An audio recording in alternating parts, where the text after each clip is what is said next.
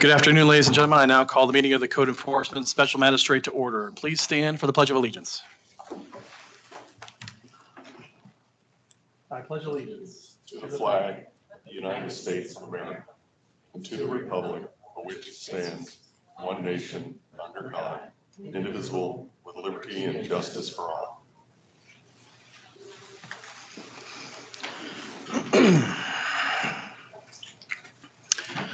Welcome to the Hillsborough County Code Enforcement Special Magistrate hearing. When addressing the magistrate, please state your name, address, and speak clearly into the microphone. If you're planning to speak during this hearing, you must sign the speakers list located at the front door so your case can be called. Any person who decides to appeal a decision of the Code Enforcement Special Magistrate will need a record of the proceedings. The record is comprised of testimony and evidence upon which an appeal is based. It is your responsibility to ensure that a verbatim record of the proceedings is made. By law, you have 30 days from the date of my order to appeal my decision to circuit court.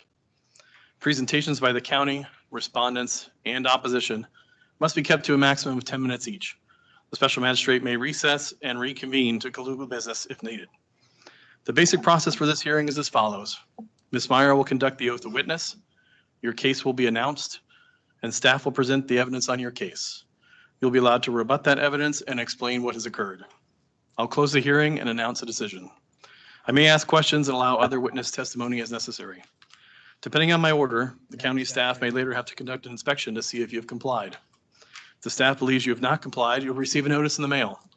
By law, you have 10 days to contest that notice, otherwise it will be considered correct and a lien may be filed against your property.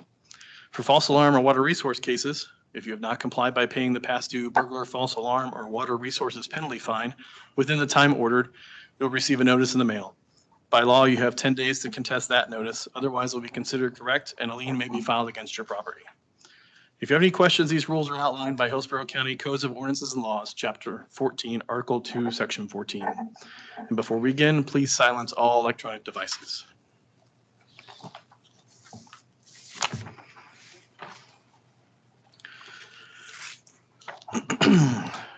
First order of business, I approve the minutes for 12/9/2022 and 1/13/2023. And we are ready for the oath. All county staff who will be testifying must take the oath of witness. Please stand and raise your right hand. Do you swear or affirm the testimony you're about to give will be the truth, the whole truth, and nothing but the truth? I do. Thank you. First case is on page 12 of the agenda under landscaping and natural resource cases. Number 27, case number L227706. The owner is Nicholas Perry. Location 8608 North River Road. We have service and we have Mr. Perry signed in.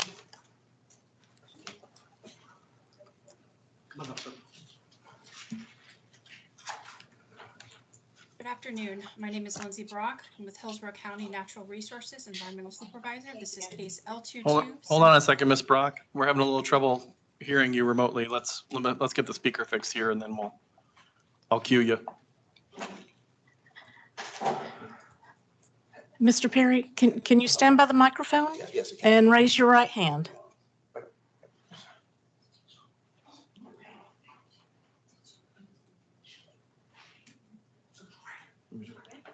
I'm sorry. Raise your right hand, please. Before I do, I'm requesting a stone wall from personal questions, just like Tamara Holden did in the Hillsborough County with Judge Caroline Teshy. A stone wall from personal questions. Before you do any of that, I need you to state your name and address and do the oath, please. Okay. Before I do, I'm objecting without an attorney to do this, and I'm doing this highly unsafe and obeyed under protest. My name is Nick. Before you do that, sir, before you speak and put anything on record, I need you to put your name, address, and do the oath. Nick Perry, 8608 North River Road, Tampa, 33635. Do you swear or affirm the testimony you're about to give will be the truth, the whole truth, and nothing but the truth? Sure, I do. Okay. Thank you. Time to talk. No, sir. Oh, I'm sorry. I said no. Lindsay Brock, Environmental Supervisor with Hillsborough County Natural Resources. This is case Lindsay. L22. Sorry, we need to get everything up on the screen here. Give us 1 second.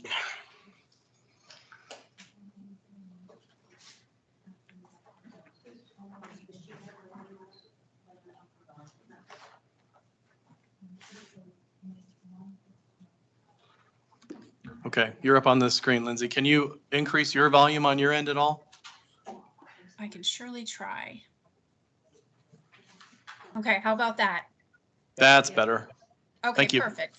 Thank you. Go ahead. All right, Lindsay Brock, Environmental Supervisor for Hillsborough County Natural Resources. This is case L227706. Owner Has my time violated started? Mrs. Perry, violation address 8608 North River Road, Tampa. Violation observed. Unpermitted removal of one 27-inch DBH diameter breast height live oak, one 15-inch DBH live oak, one 12-inch DBH laurel oak, one 15-inch DBH laurel oak, and one 22-inch DBH laurel oak. This property is in violation for 91 inches of tree replacement donation or pay $5,915 to the Restoration Fund.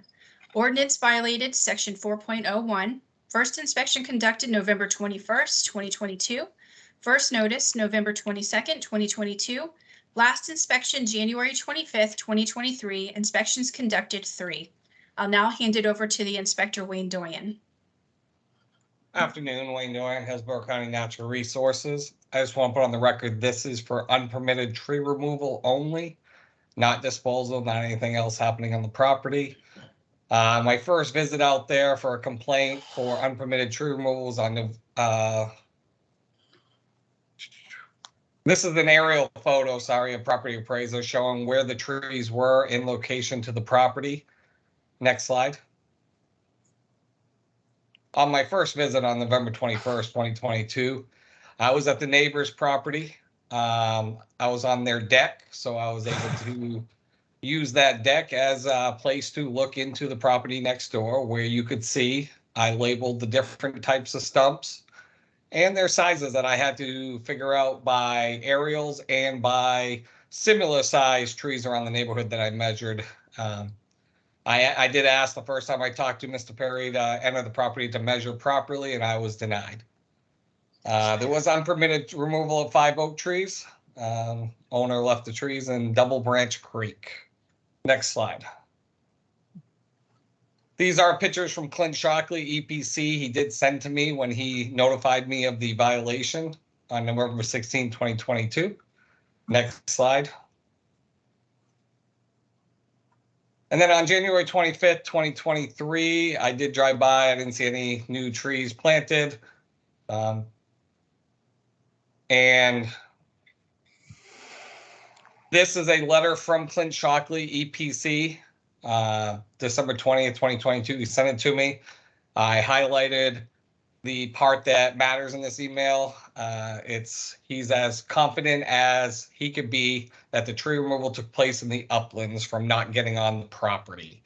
So that was the key. We just wanted to make sure they were our trees, which he did say from his visits out there to the neighbor's property. The top of bank was ours, and we just made sure to get that on record. Next slide. All right, for case L227706, staff recommendation. Plant donate 91 inches DBH of approved shade restoration trees or contribute $5,915 to the Restoration Fund, or combination of plantings, donations, and contribution to the fund within 90 calendar days. Trees must be 1 inch DBH or larger, a minimum of 8 feet in height, Florida grade number 1, chosen from the Hillsborough County approved tree list as appropriate. Contribution to the fund equates to $65 per DBH inch. The owner will be responsible for this violation. Fines will be issued for failure to meet timeframes. Okay, and communication with the owner? Yes, we have. Yes. Go ahead, ahead, Lindsay. You can. Okay. Yes, we have spoken with Mr. Perry. He has left us several voicemails as well. So yes, we have been trying to communicate with him as much as possible. Okay. Thank you. Mr. Perry, what would you like to add? Oh, I don't know where to start. Objection on everything. I didn't get to object to these pictures being used. These pictures are digital. These pictures can be changed in trial law. Digital photograph will be thrown out. I specifically said from the beginning, if there's any pictures taken, they need to be off of that property somewhere else, not at my neighbor's. I have witnessed the neighbor said, go in the house and start acting like a white man. My father's of Moorish descent, had an affair with that woman many years ago, and that has been nothing but trouble. Everyone knows when there's a racially disputed situation, you cannot use that property in any sort of a situation, just like the Furman situation in the OJ trial. Racism was heard. I specifically just said, please just send a different officer out there and just don't go on that land to do your business.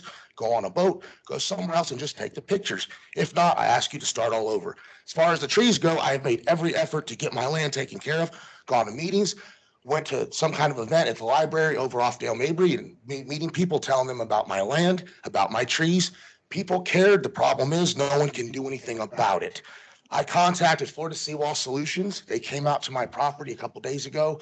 They can take care of everything. The trees, they can restore a fully functional seawall. It's all here. They can get everything cleaned up.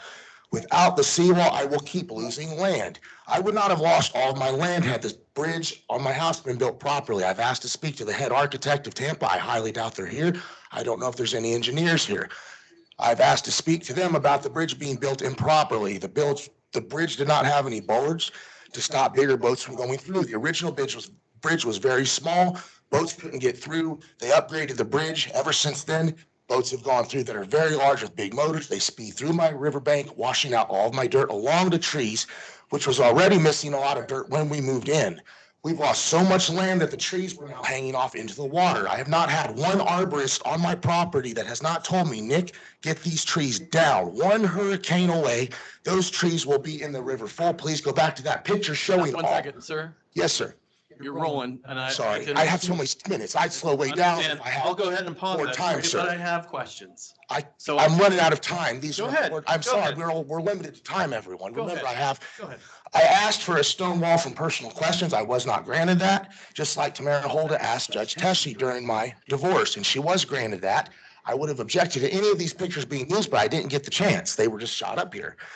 On top of that, they said they didn't have any officers of Moorish descent to take the case like my father. They couldn't even rent an officer from code enforcement who could be black or of any other color. I just wanted someone to act as they can understand the situation. When you have a racist person who's only calling, it's like the situation with water. The little kids are selling water. The little black kids are selling water. The white woman calls on them because they didn't have a license or whatever, that kind of a thing. The other situation is this. We have what's called, when we bought the land, a land patent. I repeat, a land patent. A land patent is an old school of a situation for someone like these trailer parks and RV parks. These RV parks have screwed up everything for everyone because it's like the Wild West, like 1883 with Tim McGraw. You see the stagecoaches coming through first. They got there first. When my father bought the land, he says, Nick, we got here first, so we got to sit here. And he said to me and reminded me what the guy who sold us the land told us. And I was standing there. The guy who sold us the land said, there's nothing here. When we moved there, there was nothing. He said, you can build out here. People will leave you alone.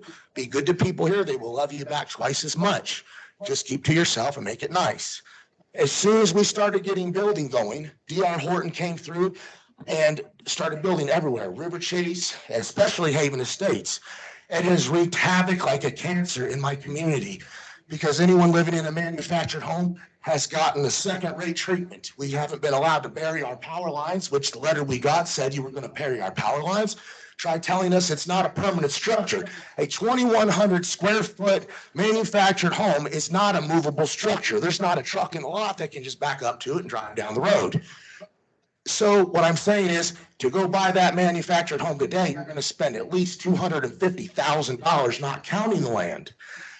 I've had nothing but problems with people not understanding my property is no HOAs, no deed restrictions. And in case I forget, as far as the tree measurements go, those measurements are completely off. I've measured every stump. I've had no way to go over his way of measuring. I don't know what magical device he has that could somehow fire a laser beam and tell the dimension of an object from a certain distance. Those pictures are terrible. I don't even know what I'm looking at there. The other pictures I objected to being used because they were off of a website. We were told we had rights to the actual air itself from last time. We petitioned our pictures ever being used off the internet because We hired realtors to come out when we tried to sell the home. They took aerial photographs of the drones and they said, Nick, do you want our photos protected so other people can't use them? Which means if you get another realtor after us and you want to use pictures, you got to get a whole new realtor, whole new pictures, or it is illegal. And I went through that trying to use my old pictures. And here we are, these guys here are just allowed to snap them up and just use them however, not caring about my privacy or anything. I'm sorry you're not getting a chance to speak. The neighbors were, you have to remember, laws of codes, they have to be able to be, once started, they have to be followed evenly.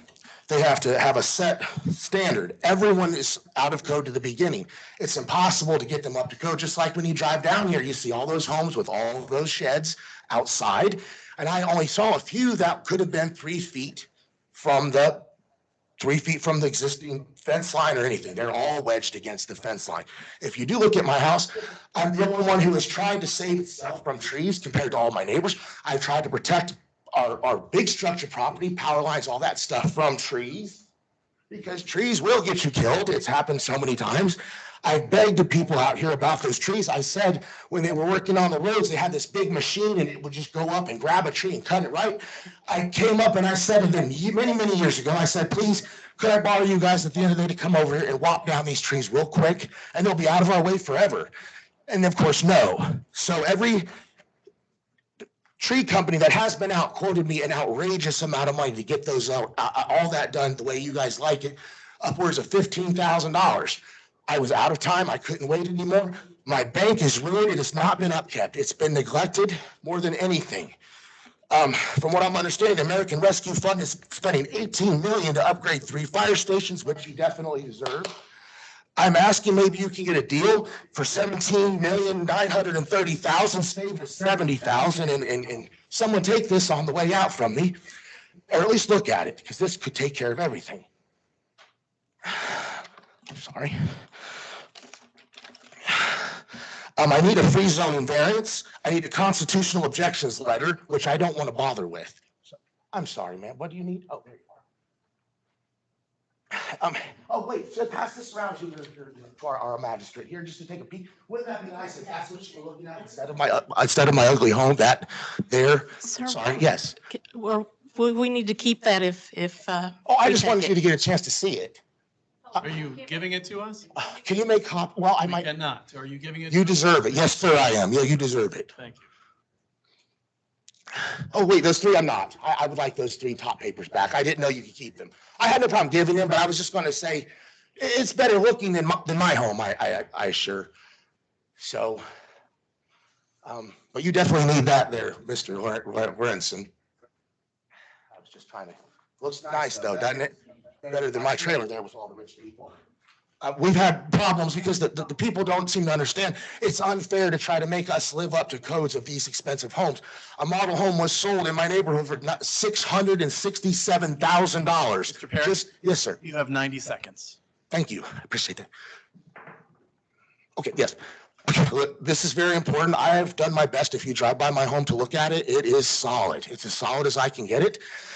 It doesn't pay to put a lot of money into these because they're not, the manufactured homes themselves aren't worth anything. So it's essentially putting money into an old Chevy Cobalt with 200,000 miles on it. You don't want to repaint it. I need this stuff with these codes to end. I have enjoyed keeping my yard cut, everything nice and fresh and nice. If I start getting codes, it's just going to make me feel lazy and discouraged, and I won't want to bother keeping it nice.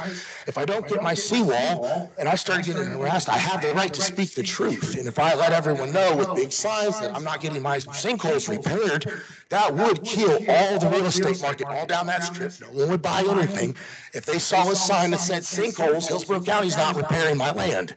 No one will buy anything. Because I went through a neighborhood once out in Brooksville and someone did that, and the realtor said, we can't sell anything because of this. I've had nothing but problems with my family, with my father, since the first time you stepped foot on my property. We were told, non-deed restrictions, no HOAs, we can do what we want. Someone here owes me $80. Wayne, you owe me $80, Wayne Doyen. I want my $80 for my Uber ride. I specifically said I cannot get here easily. I have a lot of medical problems. How many seconds do I have left? 10. Thank you. Just cut out while I'm ahead, Mr. Bryan. Okay. But this needs to end with the harassment of me and my neighbors is what it needs to do. We are not set up the same. It's not fair to hold us to the standard. Sir, Yes, your time time is up. up. Thank you. Now I'm going to ask my questions that you didn't want me to ask through the process, so you can stay right here. Oh, We're going to talk. Yes, sir. So if I understand this correctly, minus everything else that you've told us in the last 10 minutes, you cut down the trees. I actually did not, to be specific. I You should have had used different somebody words. else I had a cut. company come out. The man came out and cut them. I definitely didn't cut them myself. Okay, and you're in the process of putting in you're going to put in a seawall is why you. No, I decided to left do that with you. Just your erosion of your house and you decided to take it upon yourself and then you. let Here's the what's trees happened. fall You into the guys have water? not taken care of my riverbank. And I have proof of that. I've been hurt out there on the riverbank. Sir, I'm not, you've already had a chance to talk about the bridge, you've talked about the riverbank, you've talked about everybody else. What I'm dealing with here is specifically the trees and the violation of the trees. Well, the measurements are off. The trees, we paid an impact fee, so Okay. we don't need to pay a fee Excellent. again. Sir, my turn. Okay, go ahead. So you're going to let somebody come onto the property? Hell no, I'm not. No one's coming on my property. Okay, so we're basing it off of the measurements that we have. So the measurements are. now- Objection, you can't do that. Yes, When sir. I had an insurance problem, they couldn't do that. They had to see a tape measure over the picture and they had to show it for exact. You can't just assume it. There has to be an exact amount specified. We've scaled them. It's 91 inches. So if you're not going to have somebody on the property, which is your right, then that's how it's determined. So Okay. we've decided how much trees have been cut down. We decided the financial penalty or replacing of the trees for the like deviation. My family put 17 trees they Question for you, planted. sir, is how much time do you need to either pay the restoration fund or plant 91 inches of DBH back on your property? We've planted 17 trees. Sir, I've upgraded Sir, trees. I have not finished. If you interrupt me again, I'm just going to rule. Does that make sense? Do you understand, sir? Fuck you. Okay, What do you think of that? no problem. Fuck you more. What does that do for you, sir? How does that help? You got some nerve coming down on people like me and my neighbors. I'm being straight up with you. I don't know how you're getting away with I'm it. doing that? We are poor. You surrounded us. You built around us very expensive homes. You people got Okay, some sir. nerve coming down on Sir. me and my neighbors. One more time. Another outburst, and I'm just going to rule.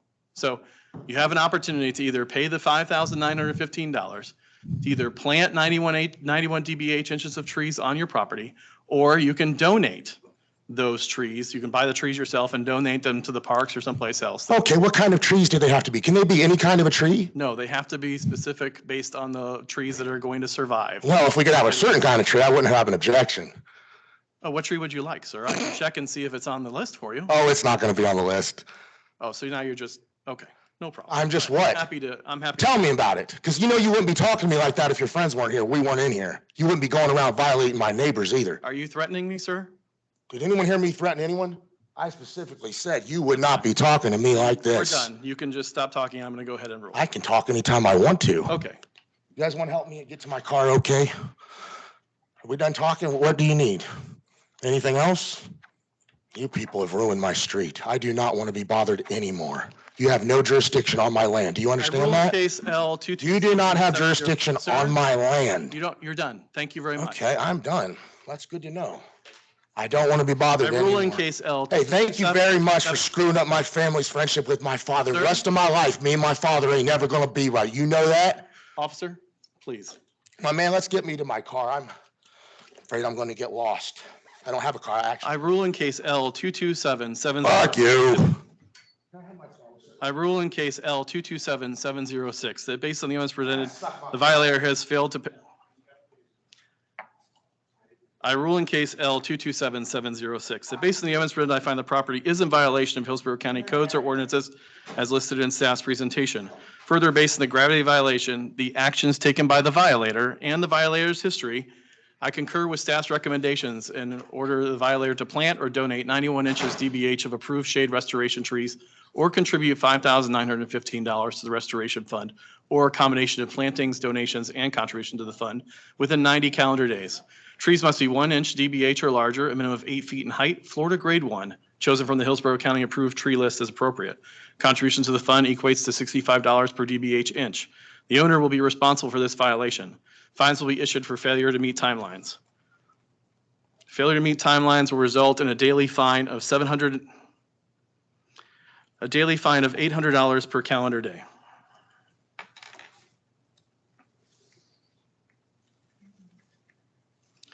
Next case, please.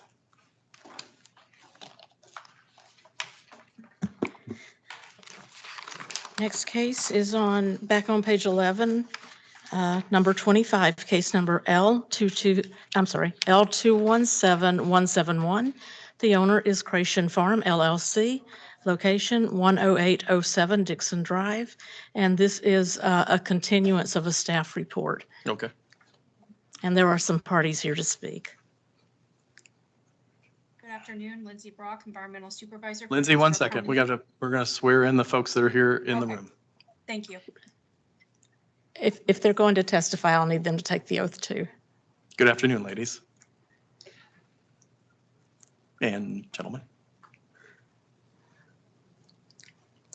Do you swear or affirm the testimony you're about to give will be the truth, the whole truth, and nothing but the truth? Yes, I do. I do. And each of you state your name and address, please. My name is Susan Spurgeon. I'm an attorney with Schutz and Bowen. My address is 4301 West Boy Scout Boulevard, Suite 300, Tampa 33607. I have my environmentalist and my client here. I'll ask them both to introduce themselves. Thank you. Thank you. I'm Leanne Anderson, environmental scientist with Elgin Environmental, and my address is 135 17th Avenue Southeast, St. Petersburg, 33701. Pavel Pobuya, 6422 Grenade Island Avenue, Apollo Beach, Florida, 33572, Crăciun Farms. Thank you. Thank you. If I may, Mr. Hearing Officer, what I'd like to do is explain to you what has occurred since the last time we were before. That'd be great. Just let Ms. Brock go ahead and get me up to date on the Thank case, you. and then I'll give you that chance. Thank you, Okay? sir. Thank you. Ms. Brock, go ahead. Lindsay Brock, You can Environmental Supervisor. Speak light, nice and loud and clear. For some reason, it just doesn't like, the microphone doesn't like you today. Okay. Let me know if I need to speak louder. You're doing all right. We'll just be quiet. Okay, thank you. Lindsay Brock, Environmental Supervisor with Hillsborough County Natural Resources. This is case L217171. Owner violator Creation Farm LLC, violation address folio 077657-0100. Violation observed, unpermitted land alteration activities that impact drainage and wetland conservation setback area. Ordinance violated section 4.01. First inspection, October 13th, 2021. First notice, October 25th, 2021. Last inspection, February 2nd, 2023. Total inspections conducted 8. I'll now hand it over to the inspector, Tony Hood. Afternoon, Tony. Good afternoon, Tony Hood, Hillsborough County Natural Resources. All right, on this slide is a timeline of how everything's transpired, starting back in October 7th, 2021. Here's some photos to the right showing what the site looked like before and after. We can refer back to the timeline if need be. Next slide, please. Here was the order, and part one, they were in compliance of part one on April 4th, 2022. Part two, the reason we're here is for a revised recommendation for part two. Next slide. And this is the staff report for the order of continuance. Next slide. So why are we here? The previous language in the recommendation does not allow the violator to come into compliance without the approval of a natural resource permit or NRO. The natural resource permit or NRO requires EPC approval. NRO permit will not be approved by EPC until their violation has been resolved. This case resolution could take an undetermined amount of time. Hillsborough County Natural Resources is proposing two options for the violator to come into compliance. Next slide. So option number one is create a drainage swale, which is indicated under the picture, the first picture on the left-hand side. It's a blue line. It's a drainage swale from the existing pond sloping downward toward the western property line and stabilize the pond berm. They would need to remove all piles of fill and construction materials from the site. Regrade the western property line to be no greater than a 4-to-1 slope. All exposed soils must be stabilized. Option number two, the picture to the right, is install an 18-inch inch reinforced concrete pipe or RCP, which is indicated by the blue line, from the existing pond sloping downward toward the western property line and stabilize the pond berm. Remove all piles of fill and construction materials from the site. Regrade western property line to be no greater than a 4-to-1 slope. All exposed soils must be stabilized. Next slide. In case L217171, staff recommendation revised. Part 1 is in compliance of April 4th, 2022. Part 2, implement option number 1, create a drainage swale from the existing pond sloping downward toward the western property line and stabilize the pond berm. Remove all piles of fill and construction materials from the site. Regrade western property line to be no greater than a 4-to-1 slope. All work must be completed within 60 calendar days. All exposed soils must be stabilized within 3 calendar days from work completion. Or option 2, install an 18-inch reinforced concrete pipe from the existing pond sloping downward toward the western property line and stabilize the pond berm. Remove all piles of fill and construction materials from the site. Regrade western property line to be no greater than a 4-to-1 slope. All work must be completed within 60 calendar days. All exposed soils must be stabilized within 3 calendar days from work completion. All completed work must be inspected and approved by Development Services. Fines will be issued for failure to meet timeframes. Okay, Counselor, what would you like to add? Yes, sir. Looks like we're making progress. As staff pointed out, our problem has been that we can't do the restoration remediation at this site without EPC. When we were last here before this board, we were waiting. We had submitted a wetland restoration plan, which was proposed on September 9th. And if Your Honor desires, I can put on my witness and she can present sworn testimony, or you can accept the evidence from me. What would be your preference, sir? It's fine. I know she's come down. I think she had a challenge, time challenge last time, if I remember correctly. Oh, yeah. Yeah, but no, I've heard that before, so Okay. it's And coming so- back to me, but I'm just kind of curious as to. We what were you- here in November, Mhm. had submitted a wetland restoration plan in September 12th. On December 9th, EPC provided comments to the wetland restoration plan. On December 14th, Ms. Eglin asked EPC if we could have a meeting to discuss their comments because there was some uncertainty as to what the comments meant. We did not receive a response to that. We received a response saying they would try to schedule it. And if I don't talk to you, have a Merry Christmas. That's Holidays clear. passed. That's, Mhm. I mean, Sure. it's the holiday season. It's difficult to get things done. But on January 4th, Ms. Eglin followed up with EPC because we had not heard from them during the holiday period and asked again, could we schedule a meeting with EPC? We were offered a meeting on January 18th, on which day that meeting took place. We have taken now the comments of EPC and submitted them back to our engineer and asked him to incorporate them into a revised wetland restoration plan. I spoke with him this week. He has, like many professionals, is very backed up, and he said that he hopes to have the wetland restoration plan beginning to mid-March that we would submit back to EPC. So we, the respondents, are caught between the fact that we can't move forward until both sides agree. Now, one thing I would ask is that it was my understanding that today was to be a staff report, and we're being offered options which are new to me today.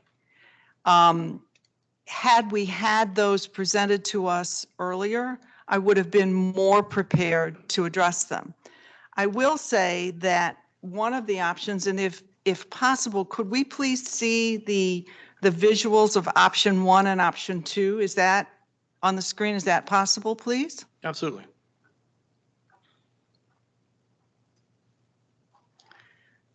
I will ask Ms. Elgin to address this, but in summary fashion, my understanding is that pre-impact, that large open water pond that you see is an enlargement of what had been an existing open water pond on the site, which was claimed as a wetland. There was no discharge from that open water pond. It did not discharge off-site. The county is now proposing a discharge either through a swale or a pipe off-site.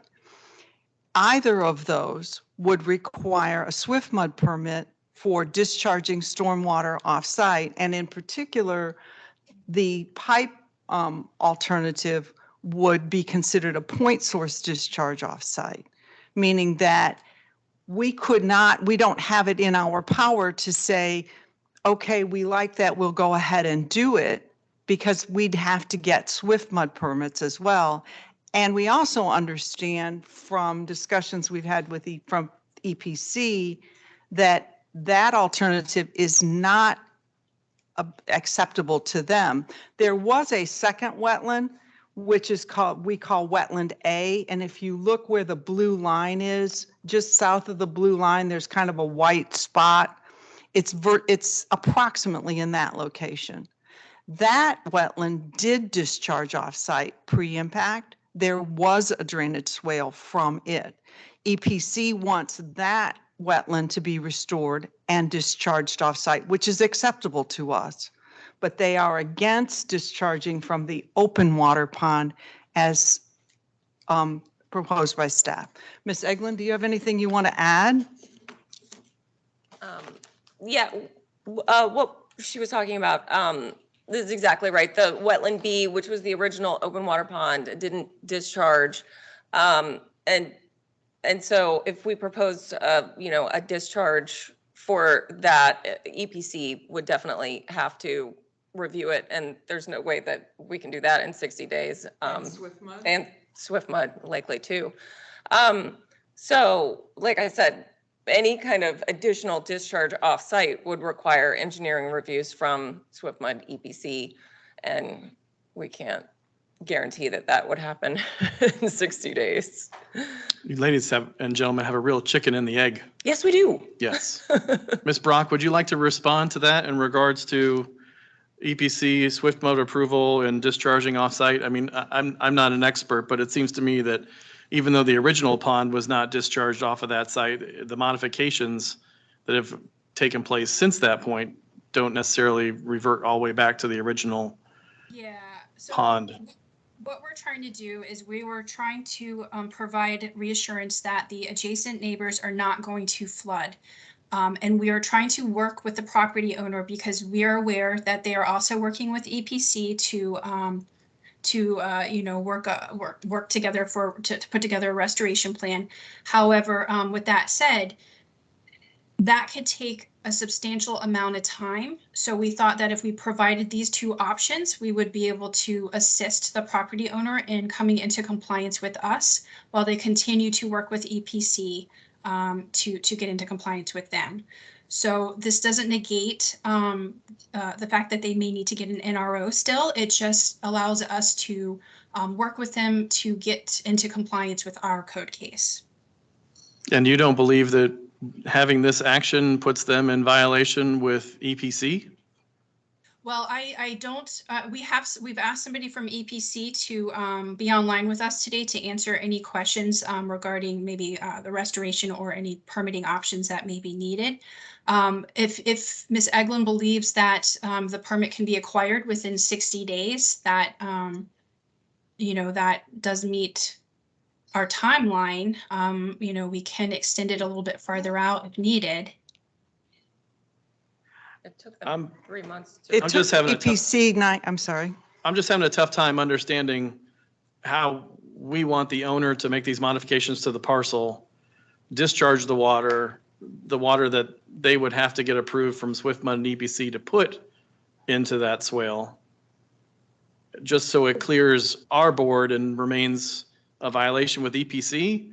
I don't see how pushing it down the line helps anybody other than the neighbors from being flooded out. I understand the intent. Mm-hmm. Go ahead. Sorry, I just wanted to add.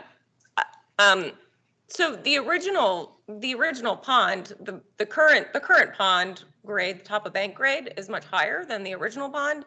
By how much? I would have to look at the survey. I know that the top of bank now is 75. Was 72. So it's substantially, like I said, we would have to, I'd have to look at the survey to say absolutely for sure. So, I mean, if the original pond didn't have a discharge and no one was worried about the water topping the banks of that pond, then I guess I'm confused. I don't think it's fair to say no one was worried about the Oh. original pond. Okay. I think we now have a spotlight, a floodlight, and a light from a helicopter on this Oh, site okay. now. But I Okay. don't know that anybody was not, now we're all acutely aware of it. Okay. So, If I may, one of the ideas that I've discussed with my client who's here and who can answer any questions is that we engage an engineer who looks at surface water drainage, because look at how the water drained off the site prior, look at whether there is a potential for flooding the neighbors that potential's been increased by this impact. And then if there is an increased flooding potential, then look at how that might be mitigated. And I believe that my client thought that was an acceptable idea, and that we began, in fact, this morning, searching for engineering firms that could assist us with that. None of this is quick, but because as you say, we're stuck with the chicken and the egg, and we cannot seem to please both masters. They seem to have differing desires for what should be done to restore the land, that perhaps looking at this with a new perspective, a different approach might break it free and come up with something that everyone is acceptable. Tony, And- Tony, have you been on site? Yes, I have. Okay, so I guess my question is there an opportunity for us to do some sort of mitigation that would allow us to retain an overflow on site while they go through this process instead of discharging it to and off the parcel? So on site, I had with me the stormwater Jim Rout, and him and his team are the ones who came up with the options 1 and 2. So we didn't discuss retaining the water on site. Is Jim online today? Don't know. Okay. I don't believe so. If I may, Okay. this is Sebastian Merchant from EPC. Hi. Hi. I apologize. I missed the swearing in for the staff. I don't know if I need to do that prior to speaking. Yes, please. Hold on one Okay. second. We'll get that done for you. Hi, raise your right hand, please.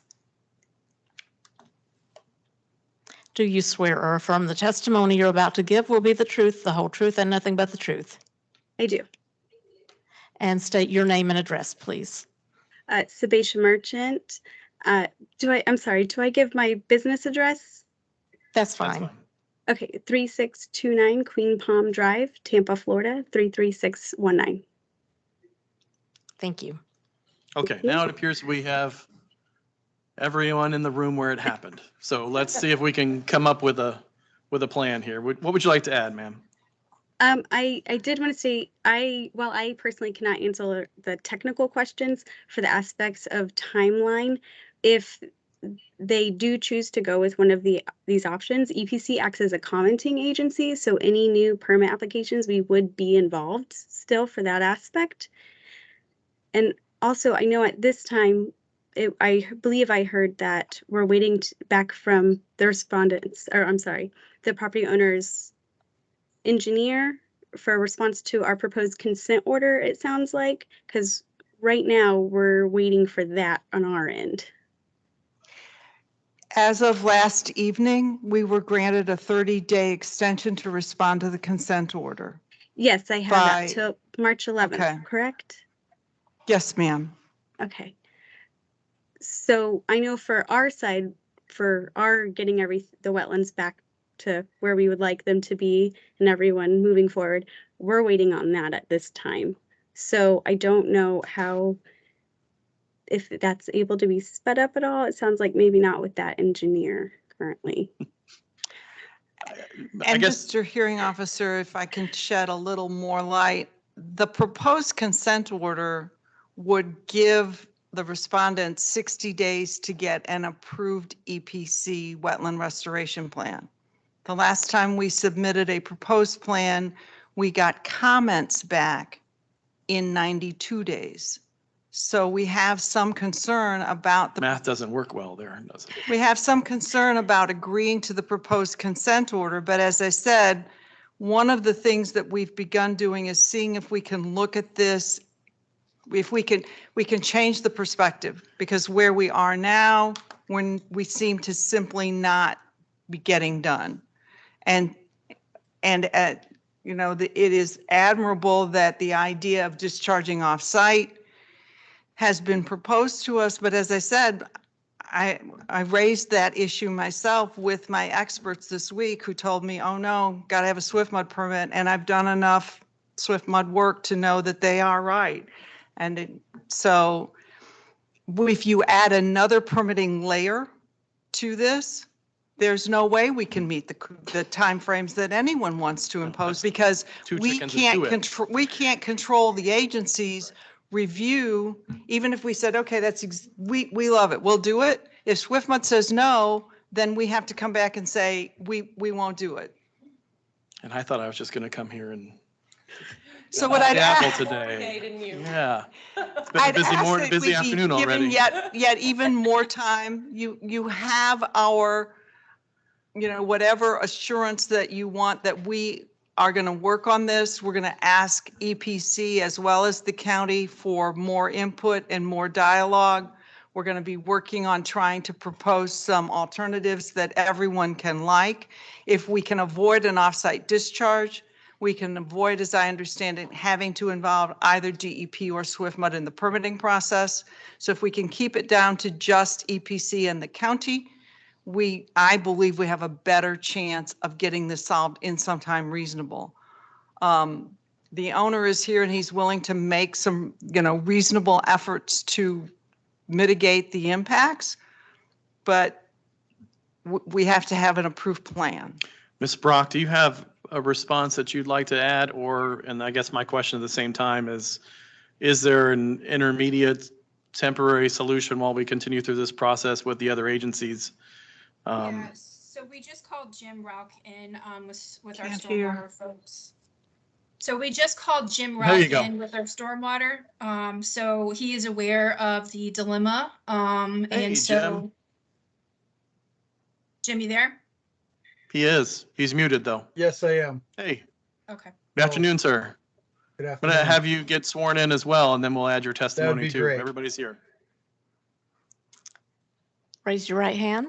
Do you swear or affirm the testimony you're about to give will be the truth, the whole truth, and nothing but the truth? I do. Thank you. Sorry to interrupt your lunch, Jim. I hope they texted you and got you up to speed here. We're just trying to understand if there's an opportunity for us in between while we're dealing with other agencies, including the ones represented here today, without going through all the initials. Well, we can, I believe, the thing I don't understand is I talked to Bill Inch at EPC, and he told me the entire time they've been talking about this or to a consultant, and OV has been calling Tony Hood and I directly, and I had no idea even had a consultant. So I don't know why the consultant hadn't talked to us before this point. Anyway, we gave OV instruction to remove the piles of fill off site and also to taper the west edge of the property and to stabilize it so that the water stops flowing through. I talked to my supervisor, Filio, about the drainage system in the north that would be in the wetland A. And he understood that, this is going to be part of the restoration with EPC 2. We felt like they could do a swale that would overflow if the pond overflowed and would just protect the neighbors to the west, north, and south, or east, north, and south, and from the pond overflowing to those directions. And then that could be incorporated into EPC's plan as they drew it up. So what they're saying Okay. now is because the swale and the pipe would require them to get an additional permit from either the Water Management District or DEP for discharging off-site. Correct. And so how long, did you guys mention how long you feel like that permit would take? 30 days? Is that what was, For us? no, from DEP or SwiftMud? I thought I heard Oh, Mr. yeah. Glenn say 30 days. When you file an application with SwiftMud, they have, is it 30 or 30 days on 30 which days. to prepare a response. Typically, the first response is a request for additional information. You get 30 days to respond to the RAI, and that process goes on until it spins out. Sometimes it takes one RAI, sometimes it takes 10 RAIs, but there's no way for us to control or put a deadline on how many times they're going to come back to us and ask for additional information. Okay, so to my team that's all online, my question is, because of the other involvement for other agencies in this issue with discharge off-site into a swale and other permits required, can we meet in the middle somewhere and do something like a stabilization of the berm, removal of all piles of fill on the site, and instead of doing the swale or the RCP, we just get back together in 60 days and come back around and go through this and see where we've gotten with the other agencies that don't impact us? May I? Go ahead. Okay. Well, I was just gonna say. Hold we on would one, be- one second. Oh, Wait. sorry. See what my team says first. Oh, okay. Lindsay, Jim, Tony, or Miss Merchant? As far Yeah, as, I mean- Don't all speak at Go ahead, once. Lindsay. Okay. Right, yeah, I mean, I was just gonna say with the RAI process, I'm familiar with that, and, usually they only request RAIs if all the information isn't provided. But yeah, I think we can figure out some sort of middle ground here. Jim, if you guys would like to speak on the part of the swale, I mean, I definitely think the property owner is motivated to remove the fill piles and start that process at least. But Jim, I'm going to rely on you regarding the swale and the concrete pipe, the stormwater part, if you wouldn't mind commenting on that. yeah, in fact, Bill Inch called me yesterday and told me that the neighbor called him, the complainant called him up and said that the fill piles were being hauled off site as of yesterday. I haven't been out there, but that was just from the complainant to Bill Inch from EPC. We'd be okay with, because we're not in rainy season, so we'd be okay with That's putting kind off of on the the direction swale I'm and the heading pipe. here. If we do a 60-day and that puts us into the April meeting and we're still ahead of rainy season, and we do ask for them to do some additional stabilization of the berm, remove the pit, the piles of dirt, which sounds like, and from the nodding in the audience, looks like that's already begun. Before I present that to them, I wanted to make sure we were okay with that type of thing. And then I would just do a 60-day, have them come back around for the April 14th meeting, and we can see where we are with EPC in that process. If I could, historically, the property dropped in grade 6 feet from the east to the west. So a lot was going to that pond, but it was hitting all the fish ponds along the way. So now it's pretty much leveled out. I'd have to actually, I haven't seen any new topos done on it, or 2024 we're supposed to get a new LiDAR image, so we'll see. But it's pretty flat now, so I'm actually good with that because it'll prevent more runoff coming to the west. However, the property is high, and that's where we talked about. I don't know. I just got in, so I don't know if you talked about shaving down the west berm, the west side of the property where it's going into that swale going to the north into the existing county ditch, and putting a proper slope on that and stabilizing that. So that should be dropped in grade along with the, and that could be done without affecting any other agency. Counselor? Hearing what Mr. Rauch just said, that perhaps my comment was based on a misunderstanding. When you want to have a berm stabilized, are we speaking of the top of bank berm of the open water pond, or a berm on the west property line? We're talking about the pond berm, but all Okay. exposed soil should be stabilized so that there's no erosion problems. All right.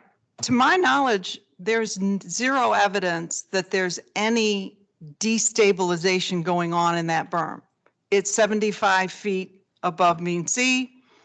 It's several feet above the surface of the surrounding dirt.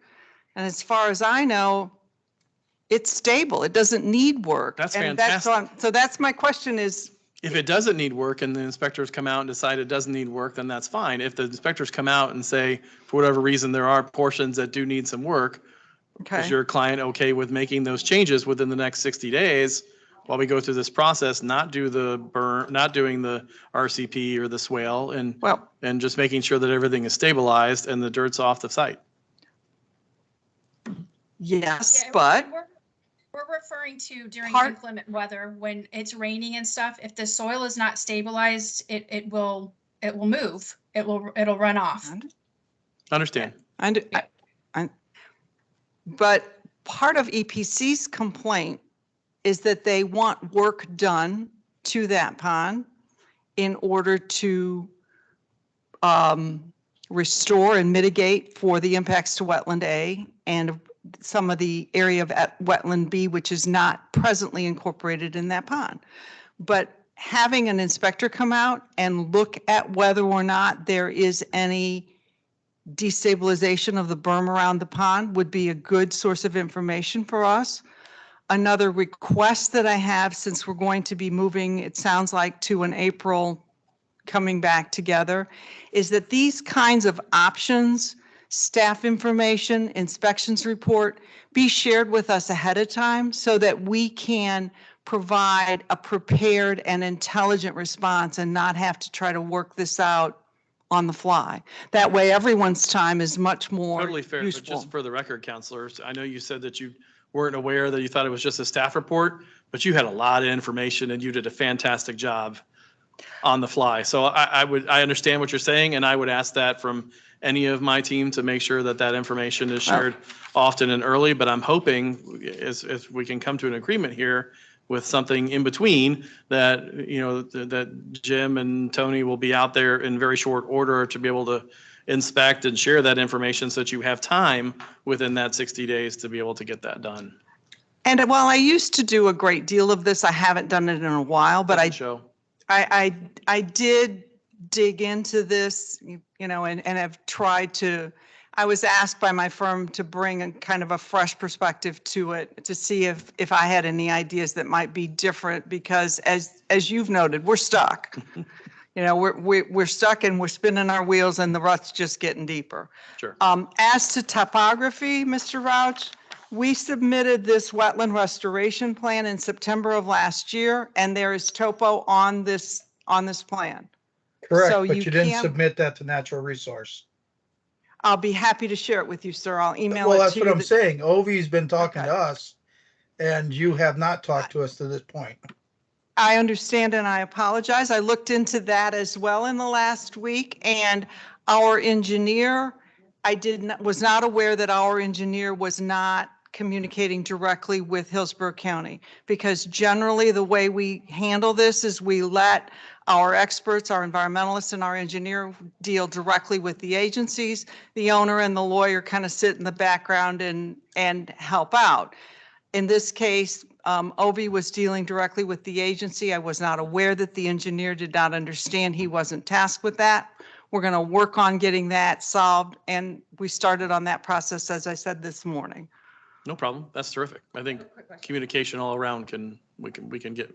Yeah, better at the as a hope is whole to and- communicate both with the county, with EPC. If the county asks us to do A and EPC says A is not acceptable, but C is, then we go back to the county and say, okay, but keep all of that communication open and rolling until we come up with a solution that meets the criteria under everyone's regulations and is a reasonable restoration. That's my goal.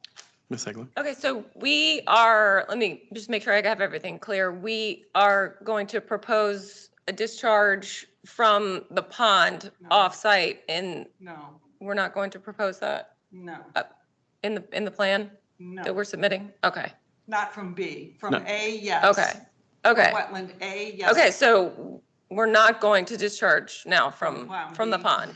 We're just gonna wait for the inspectors to You've- check it out? Correct. You've got to get Oh, your great. approvals. And what they tell you that you're able to do or not do, we're basically from a county standpoint, unless, correct me if I'm wrong, Ms. Brock, or if you want to jump in and summarize it, we're just asking that the existing fill dirt that's there on site be removed Right, okay. and that we confirm that the berm is stabled. But as far as the plan that we're submitting, Yeah, we don't want to add that to the plan. if EPC goes through the process and you go through the process with them and they say that you can do it without removing the water from site, I think Okay. that's the driving train. Am I missing something here? No, this Team? was a temporary fix until they can Yeah. work with EPC on a more long-term, restoration project. We are in agreement. If you guys can get the fill piles removed and regrade that western side to a 4-to-1 slope, within 60 days, then, we'll come out and inspect and ensure that everything looks good. And we can close our case while you continue to work with EPC. Oh, okay, perfect.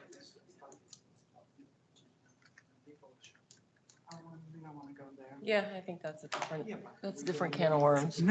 My only concern with removing the fill piles is that one of EPC's requests is that we restore the site to pre-impact condition.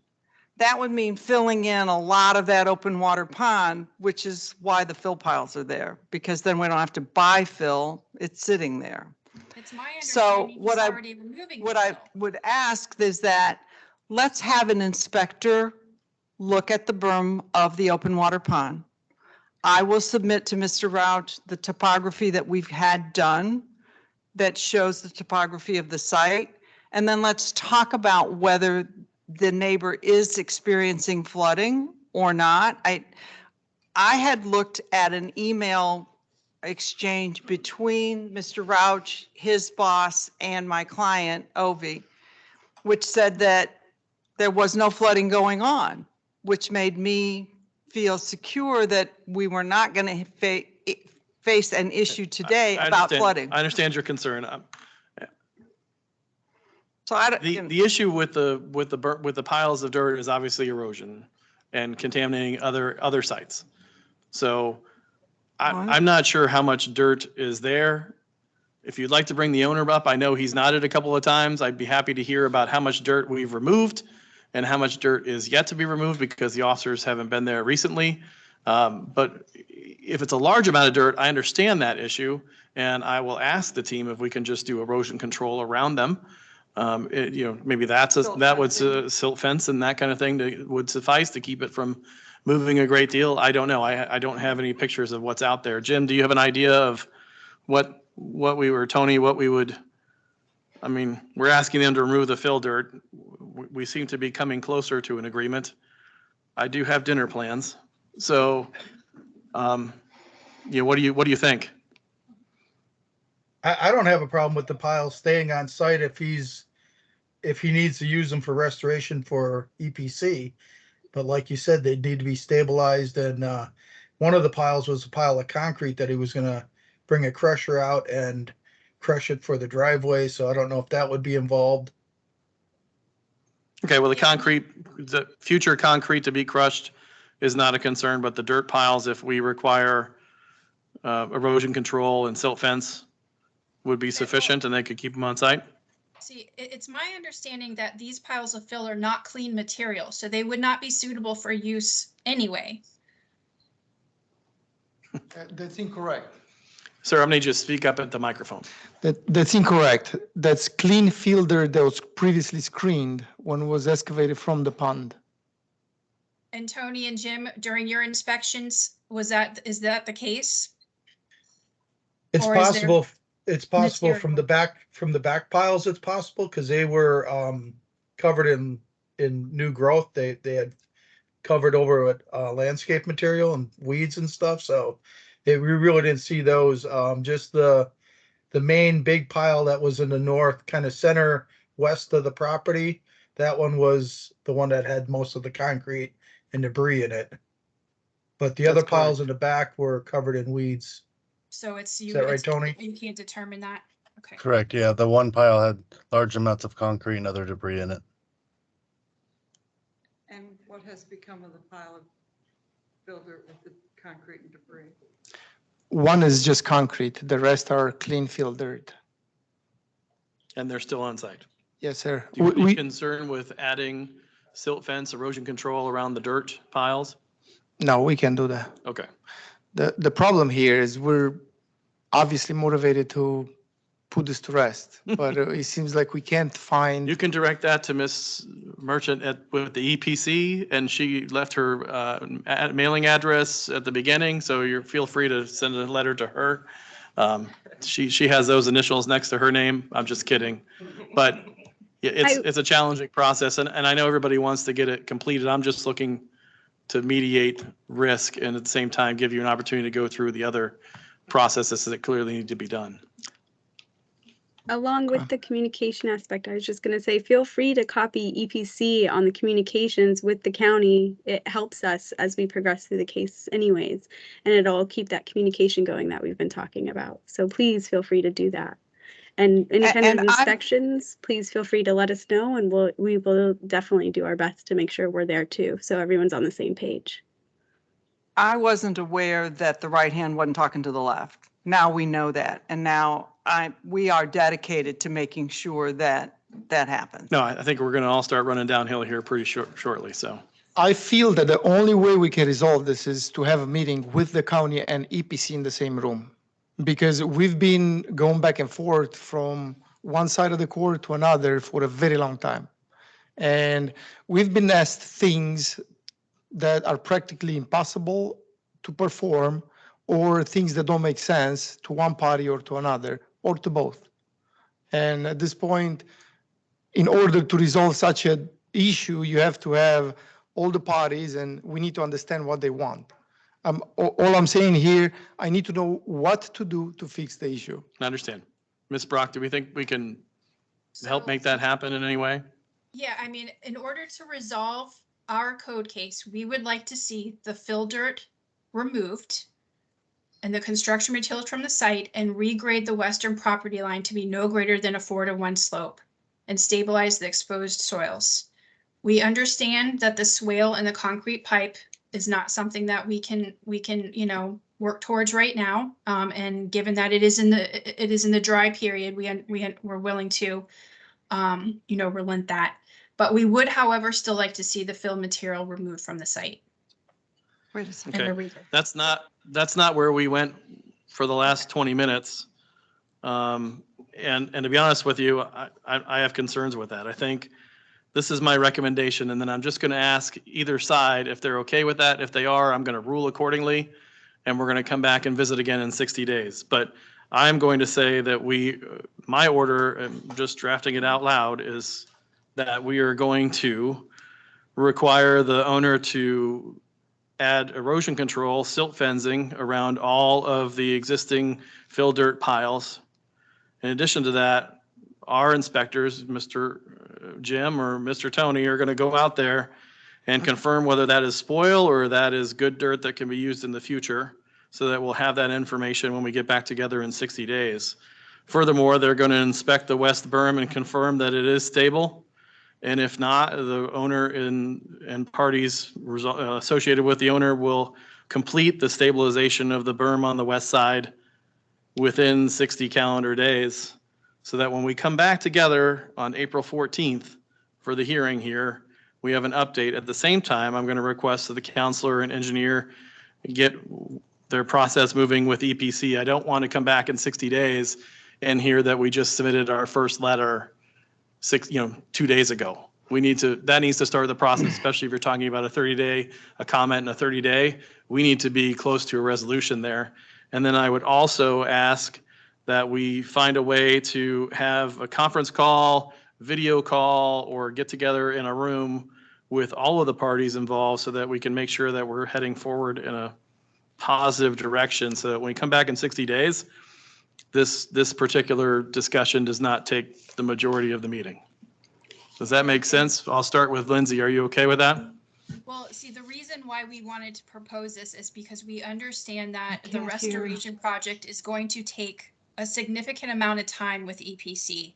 So in order to not have our case hanging out, we wanted to move forward with these corrective actions so that we could close our case. So that's the reason why we're proposing that. Understand, and I'm not comfortable with making them do a drainage swale or an RCP.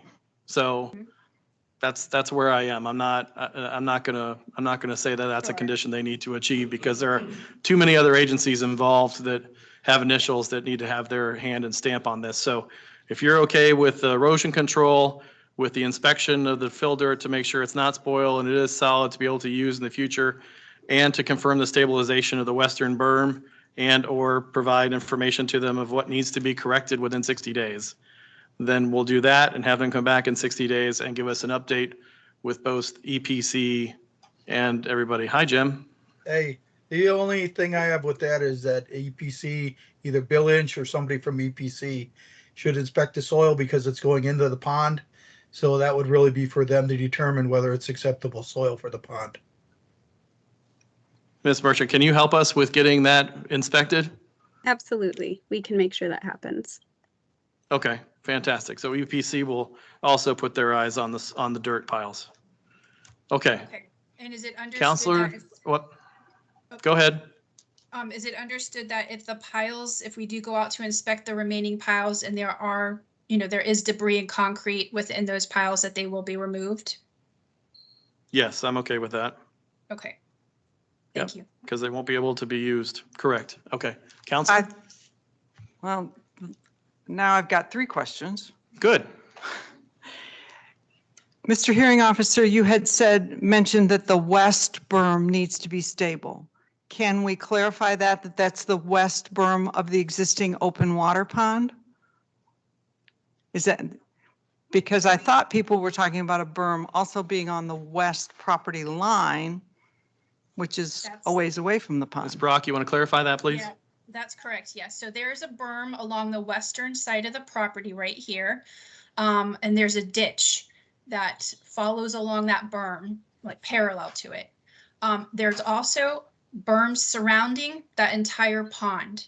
So when we said, we want all exposed soil stabilized, that berm is included around the pond.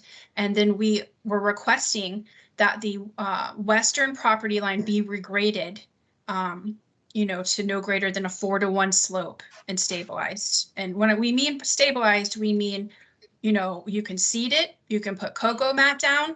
It just needs to be stabilized so that the soil doesn't run off during inclement weather.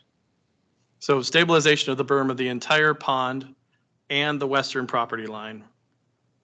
So that there's no runoff into surface waters, correct? Understand. And there may be some vegetation that's already started growing on there. Okay. When you say seeding it, then winter ryegrass would be acceptable? Yes, it just needs to keep the soil in place. Okay, so That we would be can use winter acceptable to rye. us. Yeah. Okay, winter rye is an easy solution. Graded 4-to-1 slope. What's the slope now? Do you know? Okay, we'll have I'm to find gonna, out. some of these things are gonna have to be handled offline. I can't understand. associate this entire meeting to having this discussion with them. I just need to know whether or not you're okay with that plan and we move forward, you continue the discussion. We will take a 4-to-1 slope. The only Good. addition then, the only addition I would ask is that the agencies be required to provide us information and feedback as quickly as it's available. I mean, we can get email the same day or the next day. I think we Yeah. discussed the communication on both sides of the aisle here, and I think they're committed to doing it in a timely fashion, as I think your team seems to be committed to doing it in a timely fashion. I understand exactly what you guys are requesting, but I think me and Jim should meet on site and make sure that we iron out all the details. Oh, absolutely. That's, either Jim and Tony and yourself, or, that needs to happen soon to determine on what is outstanding. So they're going to be on site to look at the piles as well as EPC, and then they're going to confirm the berm status and be able to share that with you, what needs to be I'll done. call Jim and Tony and set up a site visit and we'll walk over. Okay, so we are all in agreement? Yes, Okay. thank you. No, thank you. I'm glad we got through that. So as part of my ruling, we'll have you back in 60 days for the April 14th meeting to go back through that and see the status and the status with the EPC at that time. That make sense? Everybody's on board? Okay. Did you get all that down before we? Okay. I rule in case L217171 that based on what's presented, I concur with some of staff's recommendations. I require within 60 calendar days to have the fill dirt piles, existing fill dirt piles protected with erosion control, silt fence, and those piles will be inspected by natural resource and EPC to determine whether the fill dirt is viable for replacement into the pond at a later date. If it is able to be used, it's allowed to stay with the silt fence erosion control. If it is not, it needs to be removed within 60 calendar days.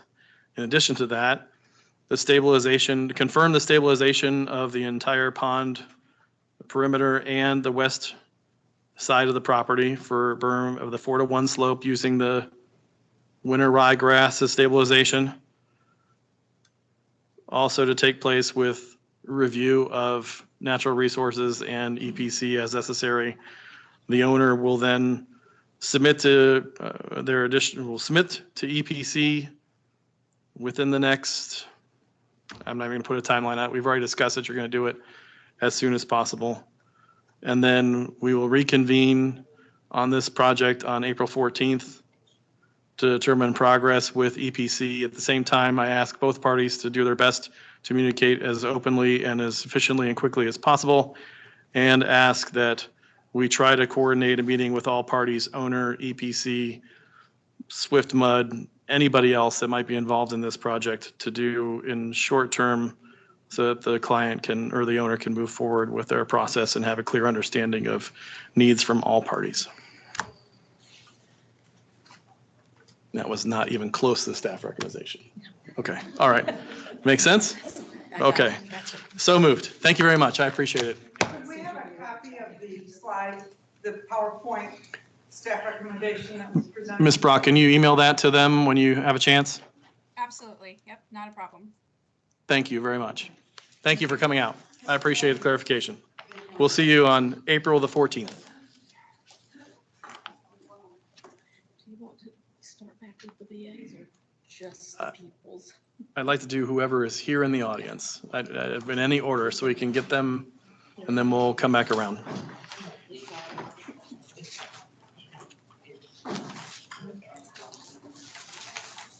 Whatever the shortest distance between A and B is fine.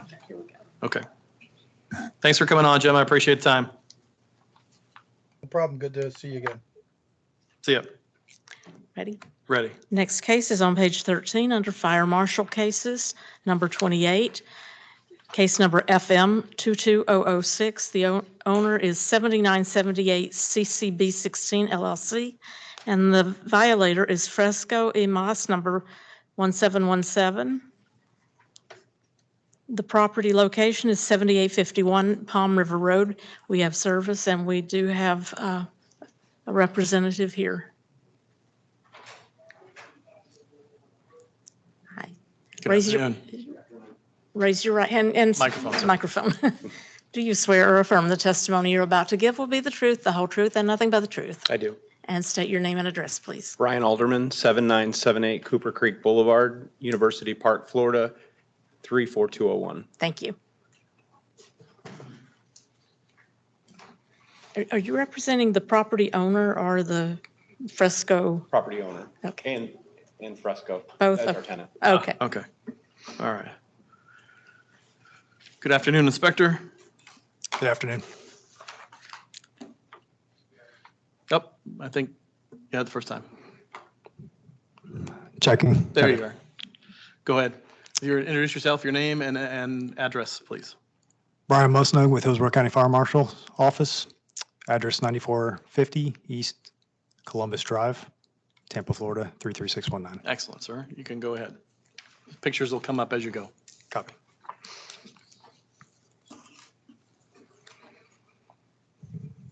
All right.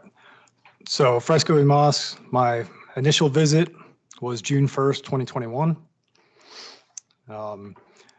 The main things we're looking at that haven't been completed is sprinkler coverage. So there was additions of coolers that were added to the building. This building is sprinkler covered, and once the building's covered, everything has to, since they added it to the building, they have to add sprinkler systems within it. Okay. The fire alarm has been in trouble. That needed repairs. It needed a 5-year sprinkler inspection. And let me double check. And all the documentation for its annual reports that has been since provided other than the 5-year. Okay. And have you had communication with the owner through this process or Yeah. tenant? Yeah, so we've been speaking with the tenant, made multiple visits. First reinspection on July 8th, 2021. Second reinspection on September 22nd, 2021. At that point, the tenant pretty much advised that they have no intentions on making the corrections. So we sent the letter in for noncompliance, had a third reinspection on July 6, 2023, and that's when we appointed this to the special magistrate. And this is a life safety issue. Yes, sir. Excellent. Okay. So my very last inspection was this, February 6th. So last week we did our fourth reinspection. I did finally get to meet with the owner of the building, and we made phone calls to the sprinkler company so that we can get an update, ordered the 5-year, ordered the fire alarm replacement. So at least with this last inspection, there was Things are moving. at some least now. progress once we had the building owner in sight. Okay. And Yes, when sir. was the initial violation? So the initial violation was 6/1/21? 6/1/2021. Yes, sir. Wow. Okay. All right. So before we get started, do you recognize the property that's on the picture there? I do. Okay. Excellent. Sorry, I missed that part in the process. All right. What would you like to add, sir? So since I met with Inspector Mustard, we've got the 5-year. I need you to just shift over a little bit, Oh, get in front of the sorry. microphone There for we my go. folks downtown. Thank you. No worries. So since we met, I've gotten the 5-year inspection, which I can submit. It's a copy. Okay. And we've got the permit from Fresco's that they're scheduled for February 14th to install the sprinklers. Okay.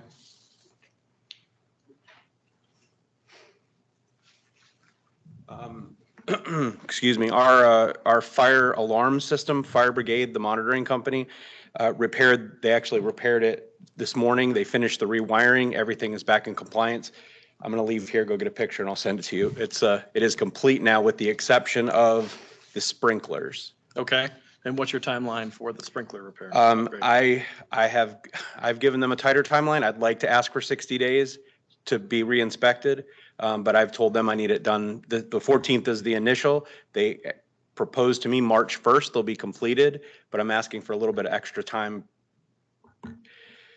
because of dealing with the tenant. They're a little difficult, so.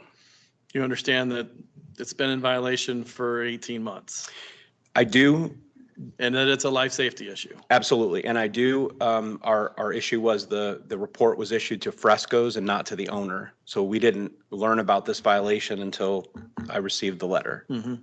Okay. Inspector, do you have any concerns with having that life safety issue completed in 60 days? Or would you like to see it done sooner? I'd like to see it done sooner, as long as we're meeting the recommendations of I would the too. sprinkler company. I understand that they're saying they can complete it March 1st, but I think you need to put some undue pressure, and I can help you do that by saying you can't have 60 days. That would be fine. Okay. Absolutely. All right. So I'm going to do 30 days on the violation. So that gives you until March 12th to comply. Would the reinspect be scheduled for that date? You'll have to stay in touch with the inspector, but now that he knows that I'm concerned about the life safety issue, I can pretty much guarantee you he's going to be there on the 12th, or if not the 13th. So It would actually have to be the 13th, 13th, yeah, because we need to. because you can work till midnight on the 12th. So push comes to shove, you'll have an opportunity to work very late and burn the candle at both ends. Once it's completed and I've verified it's completed, I'll reach out and we'll try to get it done sooner. Fantastic. Okay. Inspector, any other concerns with the other things that have been completed? No, sir, I'll follow up on the remaining violations. Just stay in touch with the inspector through the process. Yes, okay? sir. All right. Thank you all. Thank you. I appreciate it. I rule in case FM 22006 that based on the evidence presented, I find the property is in violation of Hillsborough County codes or ordinances listed in staff's presentation. Further, based on the gravity of the violation, the actions taken by the violator and the violator's history, I grant 30 days to come into compliance. If compliance is not achieved by that date, a fine of $300 per calendar day be assessed.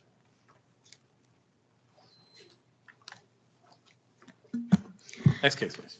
Next case is number 29, case number FM 22007. The owner is, I'm not going to say this right, Wat Mangalore Narim of Florida Incorporated, the Thai Buddhist Temple, Inter Bay Area, Florida. The violator is that same Wat. I'm sure somebody's going to tell me how to pronounce that. Wat Mongkol Ratanaram. Thank you. To wrap. Raise your right hand, please. Do you swear or affirm the testimony you're about to give will be the truth, the whole truth, and nothing but the truth? I do. Yes? Yes. And I need both of you to give your name and address. You don't have to hold your hand up anymore. Thana Chintanam 506 Palm River, Tampa 33619. Somsak Sak Manalit 2487 Indian Avenue, Apartment 1, Bel Air Bluffs, Florida 33770. Thank you. And your relationship, sir, to the case? I'm the treasury of the and he's the Oh. secretary. Okay, thank you. Yeah. Okay, Inspector? All right. So my first site visit was, Sorry, sir, you're going to have to reintroduce yourself and your address again. I know. apologize. That's okay. Brian We'll get you Musnog, trained up here soon. Brian Musnog, Hillsborough County Fire Rescue, address 9450 East Columbus Drive, Tampa, Florida 33619. Terrific. All right. So my initial inspection for this property was July 20th, 2021. The building in question for this case was originally a storage occupancy, very large building, was converted to an assembly. So there was a change of occupancy. So with that change of occupancy, has to meet all the new code requirements for an assembly occupancy. So with that, the building is now required to be fully sprinklered per the new codes, fire alarm system per the new codes, panic hardware, which they did complete. There is a large canopy membrane on the outside that's attached to the building. That has to meet the flame propagation per NFPA 701. Can they just apply flame retardant to that canopy, or does it have to be replaced? That's going to have to be replaced. Okay. Yeah, so anytime it's attached to the building, it's going to have to meet that flame propagation. Okay. And then a occupant load posting sign that says how many people they can have inside that building now that it's an assembly. The other violation that was added, and this is kind of ongoing until these are corrected, is anytime they use the building for an assembly use, they have to hire fire watch, which they have been doing and providing documentation for. Fire watch. That sounds familiar. Okay. So since the initial inspection, I've been by quite a few times and working with Mr. Sumsock. Communication with the owner has been Yes. good? Okay. Yes. So communication with Sumsock has been excellent. In the beginning, I did have a change in job position, so there was a lack in time frame that we were communicating. Since I've returned, we've been working on that process, but we've still been going through the multiple inspections, meeting with some of the sprinkler companies, fire alarm companies, and trying to take care of some of the issues and getting them set up. Unfortunately, we just reached an extended time. Yes. One moment. There's some evidence that was presented prior to the hearing that you should have. Okay. Thank you. Thanks. Okay, so they're working through the issues. They have an existing fire watch when they have when they have an have assembly. events, Yes, sir. and it is an outstanding life safety issue. And then timeline for completing these? So the last up we had, we just received a sprinkler permit. Okay, I'm still waiting on the fire alarm permit. And they are still working with an engineer for their underground for connecting to the city of Tampa's water supply for that sprinkler system. So there's been no installments, but a lot of design engineering type setup. So as far as the time frame, it really depends on how long it takes to finalize those permits. And I believe Mr. Somsak might have some additional information on that. okay, excellent. Sir, what would you like to add? Leniency. Leniency. That's the way to start out. You've already seen how this has gone today, so It's beyond our control, Rico. step in front of the microphone for me, sir. It's beyond our control. The supplier, the designer, and the permit. We try to apply for the city of Tampa water. I heard the engineer say it take 3 to 6 months before we can get that. But we have a plan to install the water sprinkler in the building. I think he said it should be finished by the end of March. And then the alarm system, we try to install that. But, we got stuck on this water from the city of Tampa. And I talked to a friend of mine, the guy that dig the pipe. He said, Somsak, the supply of the pipe might take 3 to 6 months to get them. And he said, you have no control over the supplies because of the COVID. Yeah, it's all in a container off the coast of San Diego. I know. So that's why we beg for the leniency for the. Sure, understand. Okay. Inspector, they're already doing a fire watch, so is there an outstanding life safety issue if they continue the fire watch when it's inspected or when it's occupied, as long as they continue moving forward with this process? Yeah, as long as they have contracted fire watch and continue to send those contracts to me for communication, which he has been great on that. Okay. Then Yeah, I mean, you've that- already got one permit down, you're just waiting on another, so that's half the battle right there. So. Yes, sir. Okay. I'm in a very lenient mood today after how things started. So I think what I'd like to do, if it's okay with you, is I'll just do a continuance for 90 days, along with the idea that you continue the fire watch whenever it's occupied. And then you'll just come back to me in 90 days and 90 days, it won't be my meeting. It'll be somebody else's. Let's not do that. Let's see. May I keep him updated? This one's always mine? Oh, that's sweet. May I keep him, the officer Musnap update as the progress of the permitting going on? Absolutely. So you just stay in touch with the inspector Yes, as you sir. go Yes, through the sir. process. But I'm going to have you come back in front of me on May the 12th, and that's in 90 days. Okay. And just tell me where you are and Yes, make sir. sure that you're continuing to move through the process, that by then, maybe you have the canopy done or the fire alarm done, and we'll just keep going through the process. And I'm just going to require that you make sure that you have the fire watch still whenever you have the building occupied. And then you'll just give me an update, and then we'll go from there. If you need more time, we'll do more time. If you're complete at that point and you've already talked to the inspector, then you're good. Yes, sir. Because the officer Musnap wrote up about the canopy, so we talked to the engineer to go ahead, do the sprinkler in that area too. The canopy on the outside of the building. Can they sprinkle the canopy and have it be sufficient without having to? Are you okay with it? I mean, that's still. Yep. For chief, yes. Okay. Excellent. All right. So that sounds like a good thing. Thank you, sir. Okay. So you can go through and keep moving forward on that process.